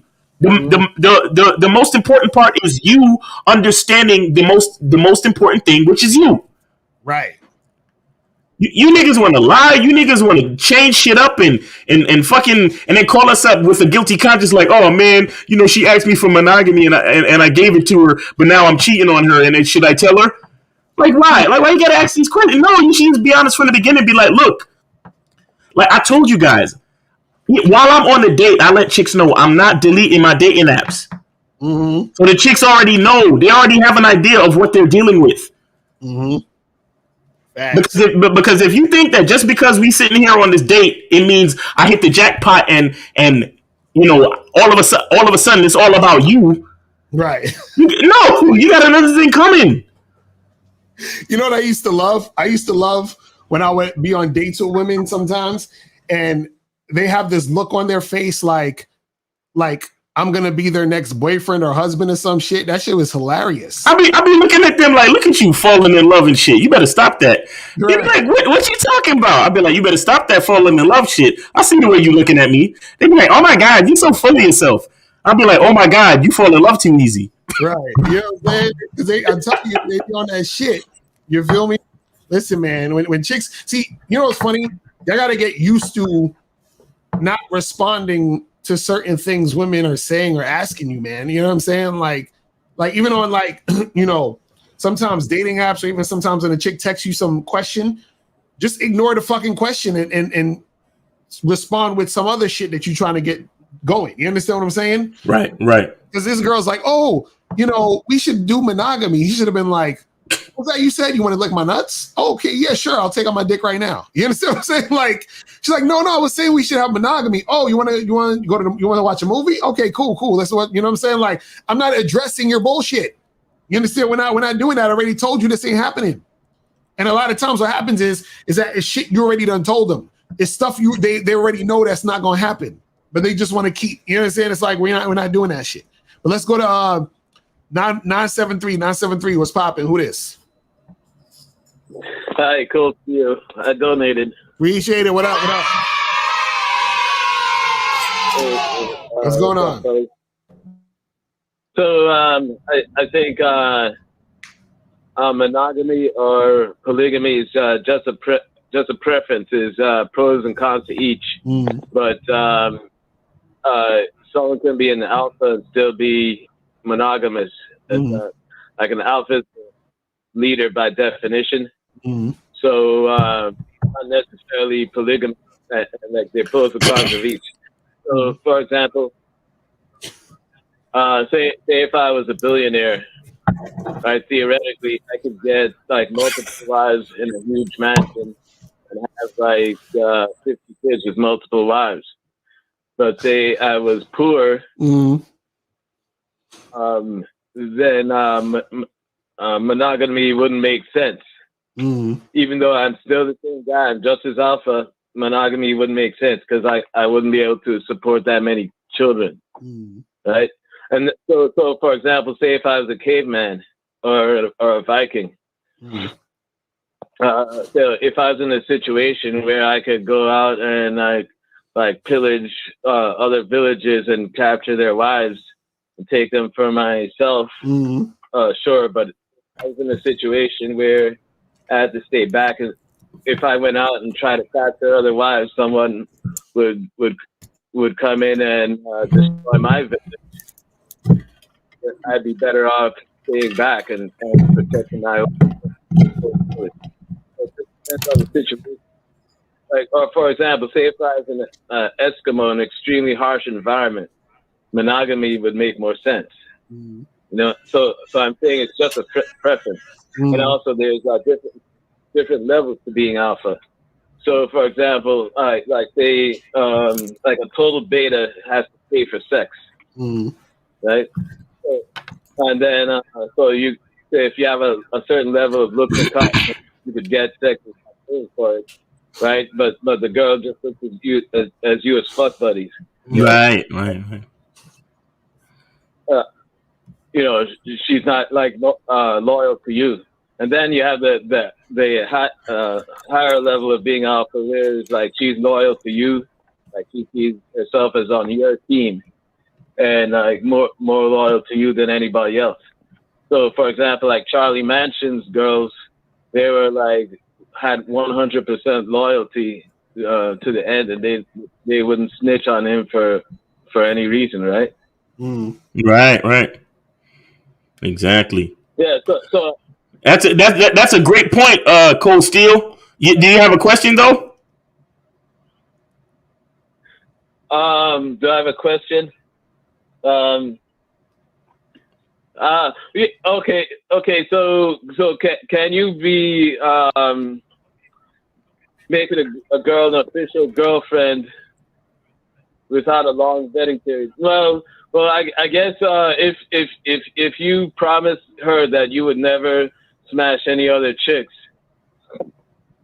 but she has to be loyal to you, and she agrees to that, why would you need a long vetting period and just tell her she has to do whatever you say? Or let me ask you a question, Skull Steel. Let me ask you a question. If you have a company and somebody promises to be the vice president of your company and do the vice president's job, but they don't have any experience, will you just hire them because they promised? No, but say if I just hired them, but they already had the experience and they could do the job right off the bat, why not? Right, but how can a woman have the experience of being your girl without you vetting her? Like, where's she going to get that experience? So vetting her for what? Like cheating on me? No. Yeah, you see, so what are you okay, so Cold Steel, you think that the vetting process is only to stop a woman from cheating on you? Is that what you're saying? Well, not only for that or doing whatever you say. Is that it? No, the vetting process has to do with you really experiencing her character to make sure that she's the type of woman that you want in your life, period. Right. Her character, her personality, the chemistry between you, her sexual energy, her femininity, everything. If she knows how to cook, if she knows how to take care of you, if she knows everything. If she's good with money, if she seems like she might be, if you're the type of guy that wants a family, if she seems like she might be a good nurturing mother and shit like that, it's everything, bro. Right. So that has to actually take time for you to experience and for her to experience. So it's not something you can just say, hey, I promise to do this, and then that's that. No, it has to be shown and proved. You understand? Right, through action and experience. Right. And time. So yeah, I'm not saying anything's wrong with the vetting process, but so say if you really need someone who can cook, right? That's really important to you, and say you make an official girlfriend right off the bat, and then it turns out later that she's a terrible cook. Then you could just say, hey, it's not gonna work out because as I told you up front, you needed a good cook, and you can't cook. Yeah, so if it doesn't work out, it doesn't work out. Well, why don't you? Why don't you just not make a girl until you find out if it works out? Exactly. Like why would you just make her your girl right there? Huh? I guess it could work either way. I mean, see, no, it can't work either way because what you don't understand about giving a woman a title is that you're actually giving her something. And why would you give someone something that important that you don't even know? Right. You see, the thing is, you think that giving a woman as a title has no value. You don't understand the value of what you're doing when you give a woman some type of title in your life. Exactly. You think it's just a formality.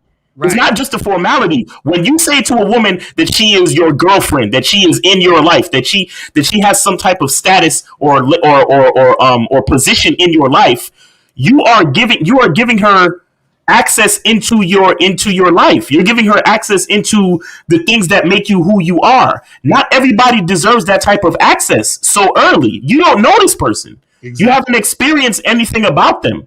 So why would you just be like, oh, you could be my official girlfriend, and then if it doesn't work out, it doesn't work out? No, you have to show me that you're actually prepared and that you actually want that position. Mm-hmm. That you're willing to actually compete for that position, that you're willing to actually show and prove that you have what it takes to maintain that position in somebody's life. Okay, yeah, I could see where you're coming from. All right, brother. All right, man. Appreciate the call, man. All right, let's go to 713, and then we're gonna head up out of here. 713, what's popping? Who this? Oh yes, sir. How you doing, Mr. Locario? How you doing, Miles? This is the monogamous player. What's going on? Sir. What up? What up? He said, "I voted." Hey man, hey bro, vote for game.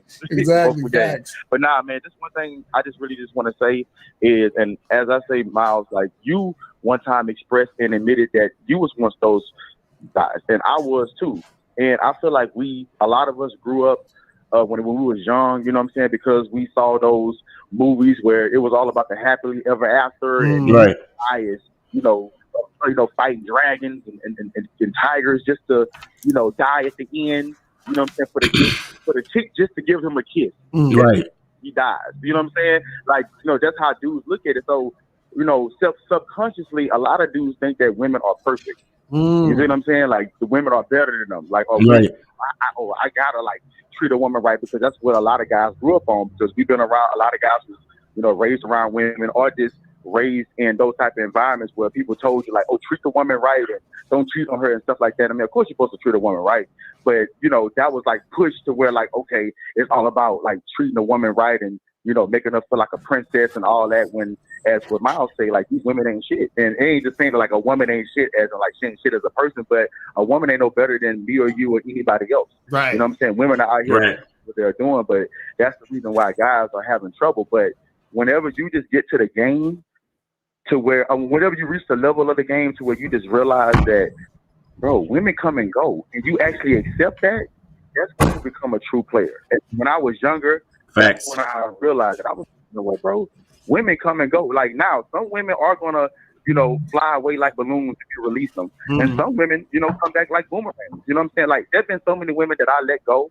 I gave them a soft charge, as which I would say, or I just let them go, and they was acting up and stuff, and years later they back. You know what I'm saying? Or they came back years later. Right. Some of them never came back again, but it didn't matter because I kept talking and experiencing, having experiences with other women. You know what I'm saying? So we're early in the game. You know what I'm saying? I stopped putting so much thought and so much energy towards one woman, because you will just put all that investment to a woman and you think she's everything, and then you realize at the end that she ain't shit. And that's why a lot of these guys go red pill and they want to, talk about, and then, you was even playing those videos of Locario, the guys got the soft music and they chanting and stuff like that about women and all that. You know what I'm saying? Like, whatever. But bro, but as I said, when I got to that point of the game, like, here's what me and as I say, no disrespect, because y'all told me, last summer that y'all don't like sports references. So as a disclaimer, but now here's what me and my friend, we used to talk about. Like, you know what I'm saying? Me and my best friend, that, as I say, Miles, he would remind me a lot of you. You know what I'm saying? Because he's just a regular looking guy, kind of chubby.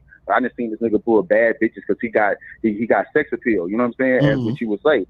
But like him and I will always like joke around and compare our dating life to like coaching a basketball team. Right. Like the girls that was, you know what I'm saying, that we was putting investment in, or they was on point, we would call them, our starting five, but it was the starters. You know what I'm saying? The girls that you got to give like a soft charge to, like, okay, she was acting good this month, but now she tripping. So now she on the bench. So if I give her time, that's after I've messed with every other girl. You know what I'm saying? Like, she gets like the pieces and crumbs of my time. And then there were some girls that we were joking. We'd be like, bro, she about to get traded. Or, you know what I'm saying? Or I ain't gonna lie, I'm about to give her release papers. Let her know she about to play her last basketball game this Sunday. Right. And, wish you luck. You know what I'm saying? Like, me and him will always joke. Or sometimes he'll be like, I'm like, bro, I'm about to let this girl go. And he'd be like, shit, you want to trade? You know what I'm saying? So we will act as if we coaches like, yeah, you can have her.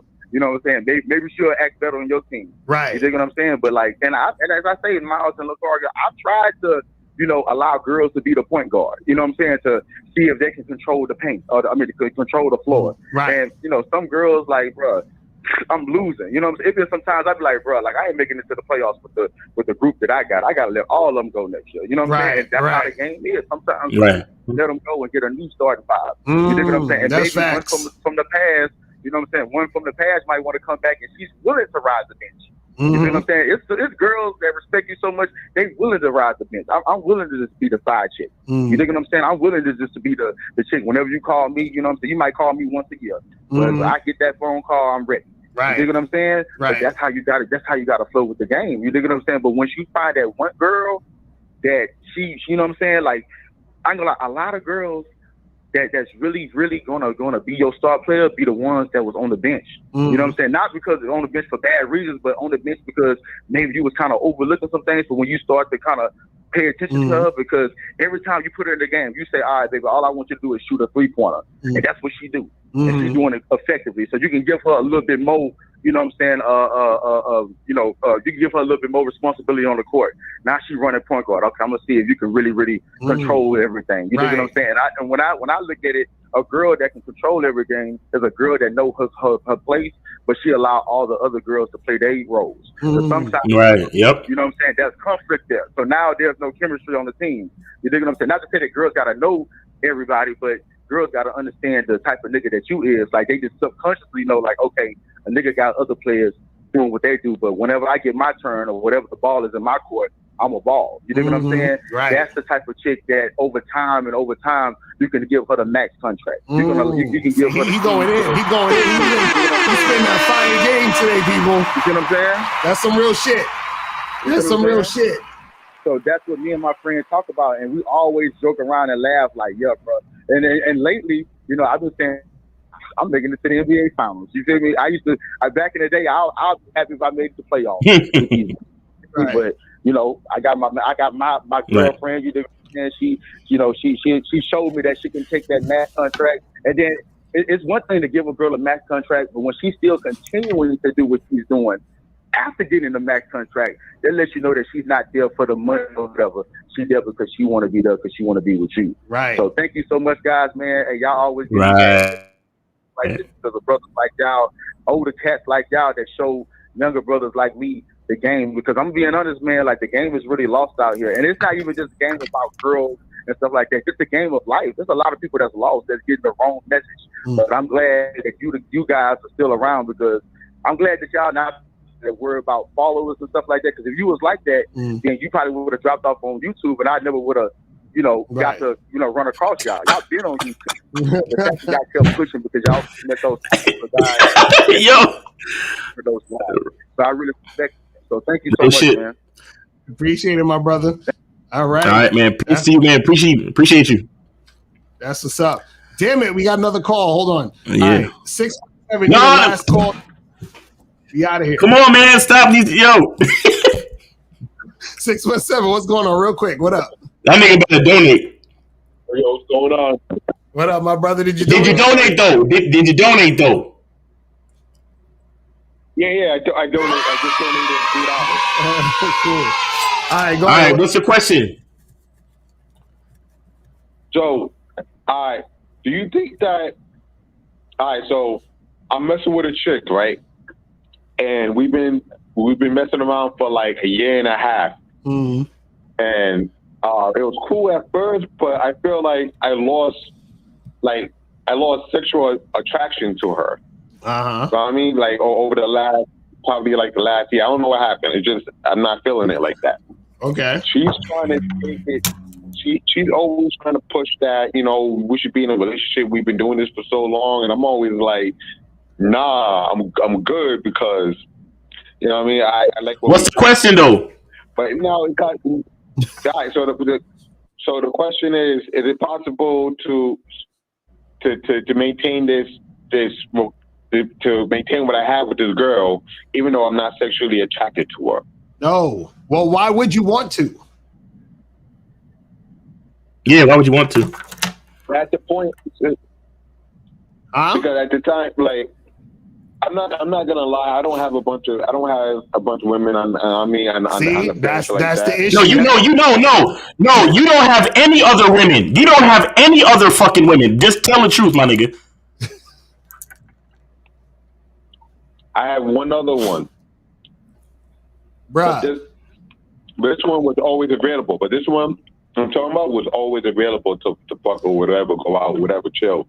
See, this is the problem. I'm gonna tell you right now, you need to get rid of this chick ASAP, because what happens is that you got a scarcity mindset, which is why you holding on to her, but you're not feeling her. So by you holding on to her, and the fact that you're not feeling her is putting you in a comfort zone that's only doing, it's not doing anything for you. So you got to get rid of her so you can get up off your ass and get something better and get a better situation. Right. Right now you're stuck because you're just settling for what you have. That's why you've been with her for a year and a half, and you're like, I'm not really feeling her, but I'm still sticking with her. Because how could you? Let me ask you a question, bro. When did you stop having a sexual attraction for this girl? At what month? Probably like a couple of months, maybe like 6 months ago. Damn. I really started like whenever she hit me up and she's like, come through the fuck, and I'm like, nah, I'm good. When I started realizing that I've been like saying nah, I'm good more than I have been like, all right, let's go. Okay, another question. How long ago did you say you got a second chick? How long ago did you start seeing the second chick? Allegedly.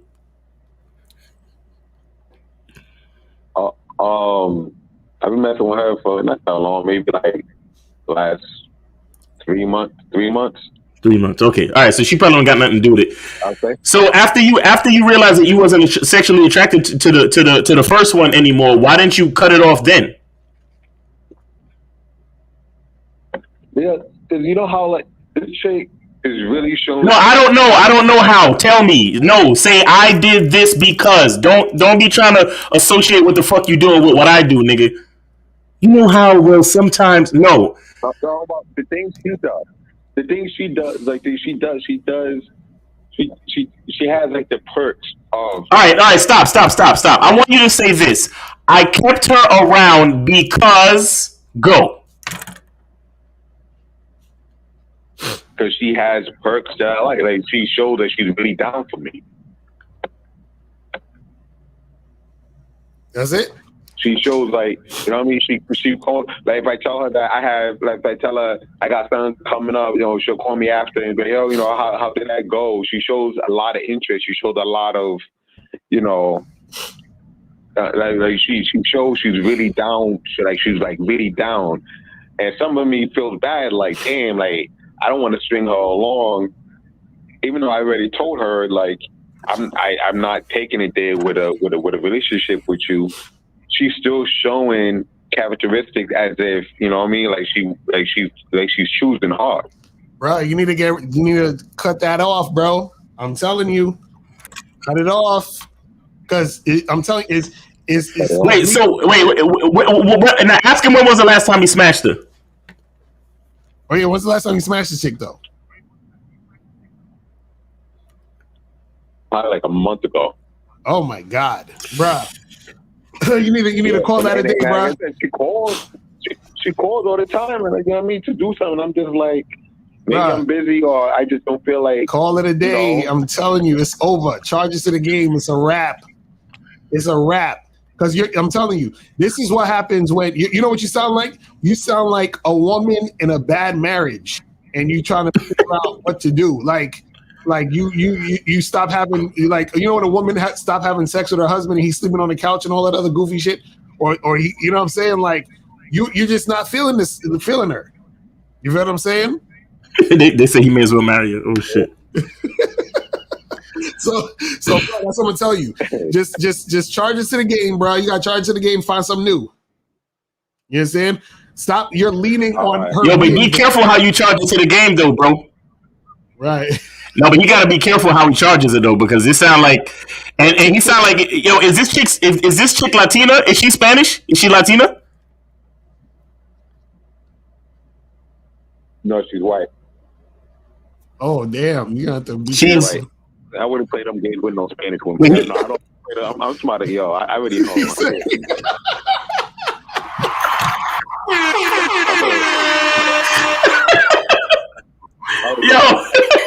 Yo, the Spanish chicks are super passionate. They will burn your house down with you in it. Mm-hmm. Man, but bro, yeah. I'm telling you, and still confess their love to you while they're outside your house, while your house is burning down. Exactly. Right? She's like, you made me do this because I love you so much. I had loved you. Yeah. So, but we love that. And I love that too. But Locario, let me ask you a question. Do you think he could be honest with her and be like, yo, you know, I'm cool with you being on the team, but I just don't really like giving you dick no more. I mean, you could, shit, but I don't think that's gonna fly. It's probably not. No, you know what? I say, see what she say. See what she say. Miles. She ain't gonna go for that, son. She ain't right.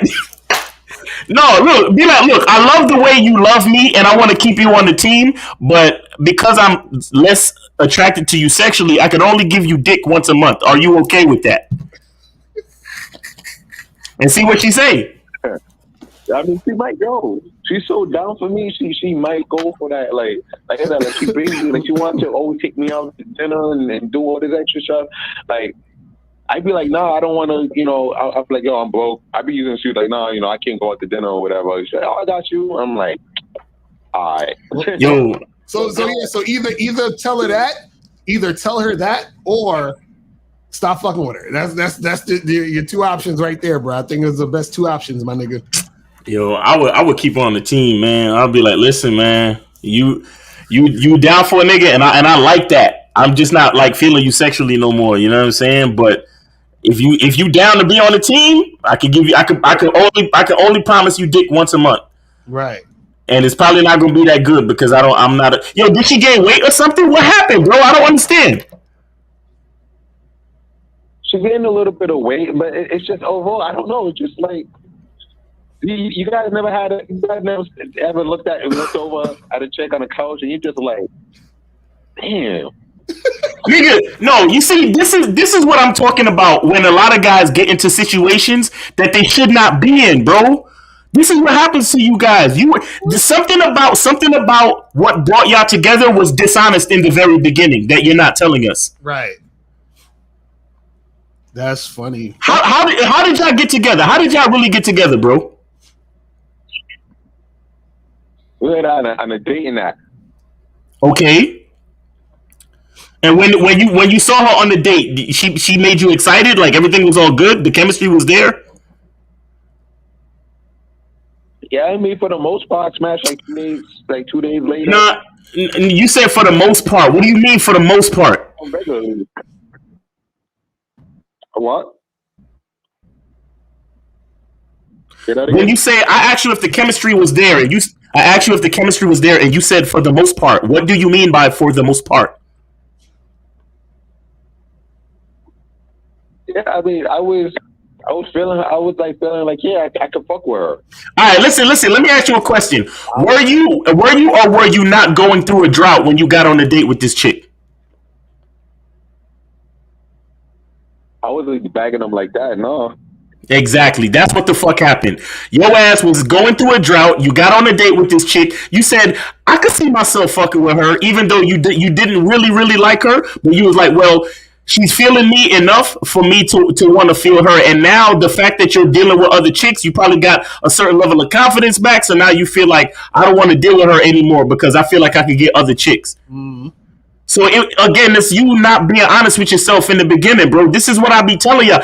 Y'all think it only goes one way, where you get with a chick that's disrespectful and then you stick with her because you think she's cute. But it could go the other way too, where you stick with a girl and because of your scarcity mindset, you stay with her even though she's not really attractive to you. Right, exactly. Right. Because you're lying to yourself. I was lying to myself. I probably was. Like, you know what I mean? I was a little glazed. Look, this is why I tell you niggas. This is why I tell you niggas. Not every woman, no matter if she go out on a date, not every woman that you meet deserves dick. And that could be for you or that could be for her. For whatever reasons. Not every chick that you meet or fuck with deserves dick. Right. Now, see, so you started giving her dick. You started getting used to the fact that you had somebody to have sex with. You stayed with her for way longer than you needed to, and now she's attached to you, and now you want to get rid of her. But that's because you fucked up, though. Right. So she gonna have to deal with the disappointment of you coming to your senses and finally wanting to be honest because you was being dishonest in the first place, and that's fucked up, bro. Facts. That's what I'm saying. That's facts. Yeah. I tell y'all niggas just want to fucking fuck everything. And it's like, no, not every fucking lay is a win. I did a video on that too. Go to my video on my YouTube channel. Not every lay is a win. Facts. Because sometimes y'all dudes is giving dicks to chicks that don't deserve it or to chicks that you shouldn't be giving dick to because at the end of the day, you don't really like her in the first place. You was just going through a drought and you was like, well, fuck it. She's here, so I'm a smash. Nah. Mm-hmm. That's not how it goes. Mm-hmm. And if you was going to do that, you shouldn't have spent 1.5 years with this chick. Exactly. and you should have kept it on some surface level shit. Right. Instead of letting her get like more and more into the situation, bro. Right. So I know. I tried to tell her like instead of build up a relationship. I was like, no. I was like, yo, I'm like, I told her. I'm not gonna lie to you. It's probably not. I told her I was like, it's not. I don't think it's going to happen because I'm not in that place. I'm not in that. No, but listen, bro. Telling a chick that you don't want a relationship and telling her that truthfully you don't really want to fuck with her at all is two different things. Right. And you should have already told her like a month or two in. You know, I'm good. Like I'm gonna see other people because I'm not really feeling like you don't even have to tell her that you're not really feeling her like that. But just be like, yo, I'm gonna see other people. You understand? And tell her you need your space or whatever the fuck you gotta tell her. But the truth is, the bottom line is you weren't being honest with yourself from the very beginning. Now you're in a fucked up situation where you basically, you know, you got this chick involved emotionally, and now you gotta tell her to kick rocks. Right. And that's a fucked up situation because seriously, this is why I told you to be careful because you really. I was talking about Latina women, but my nigga, she's still a woman. Is a woman. Is a woman. She can take this shit very hard and make life a fucking living hell if you're not careful, bro. And again, it's because you fucked up in the beginning by not being honest. Right. Right. Well, I mean, I don't think she should do anything to me personally. I'll be more worried about her doing something to herself, like going in. I don't want to be either way. That still puts you in a fucked up position because what if she does something to herself and a family member takes that shit to heart and thinks it's your fault and comes and takes your go watch that. There's a show on Hulu called Clickbait. All right, yeah, I saw that. There's a show on Hulu called Clickbait, and the same shit happened to the nigga. Well, it wasn't the same exact thing. You gotta watch it. But basically, the nigga broke up with the chick, and the chick killed herself. And the chick's brother kidnapped the nigga. It was like, yo, you murdered you're the reason why my sister's dead. And then fucking kidnapped this nigga. 60 seconds. You understand? So it don't even have to be her. It could be her family or anybody that knows her, my nigga. But again, that's why you don't lie. That's why you don't fucking get into these situations fucking with people's emotions and wasting people's time when you know you're not really fucking with them like that. Right. That's facts. But yo, my brother, we appreciate the call, my brother, because I gotta head up out of here. But yo, just think about what we said, man, and then make the right decision for yourself, my brother. All right.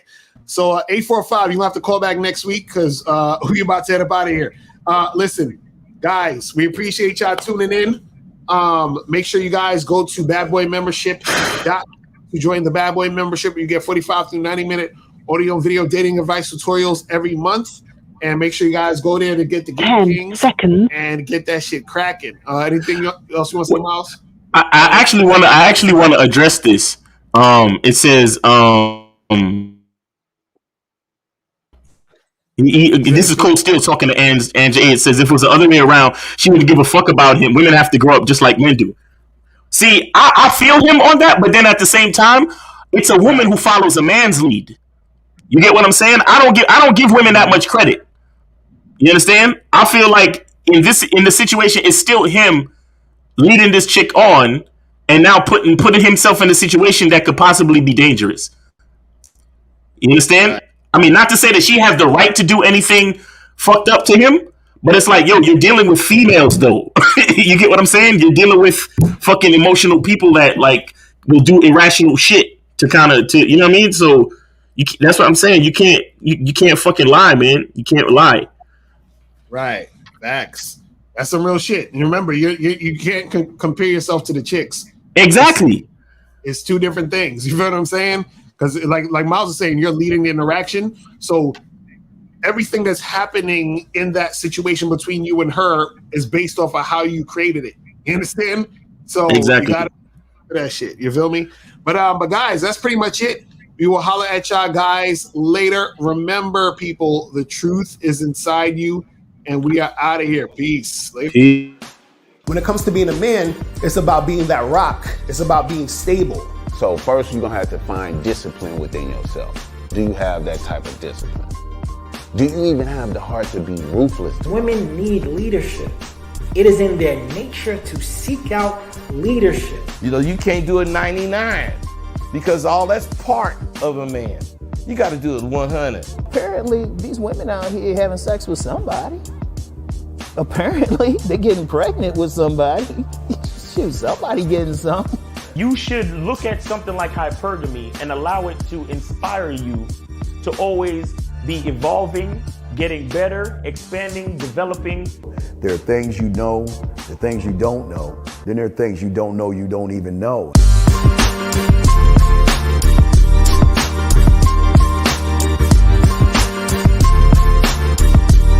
There can be 10 of us in one room, and there's one question, and there's 10 correct answers, all different.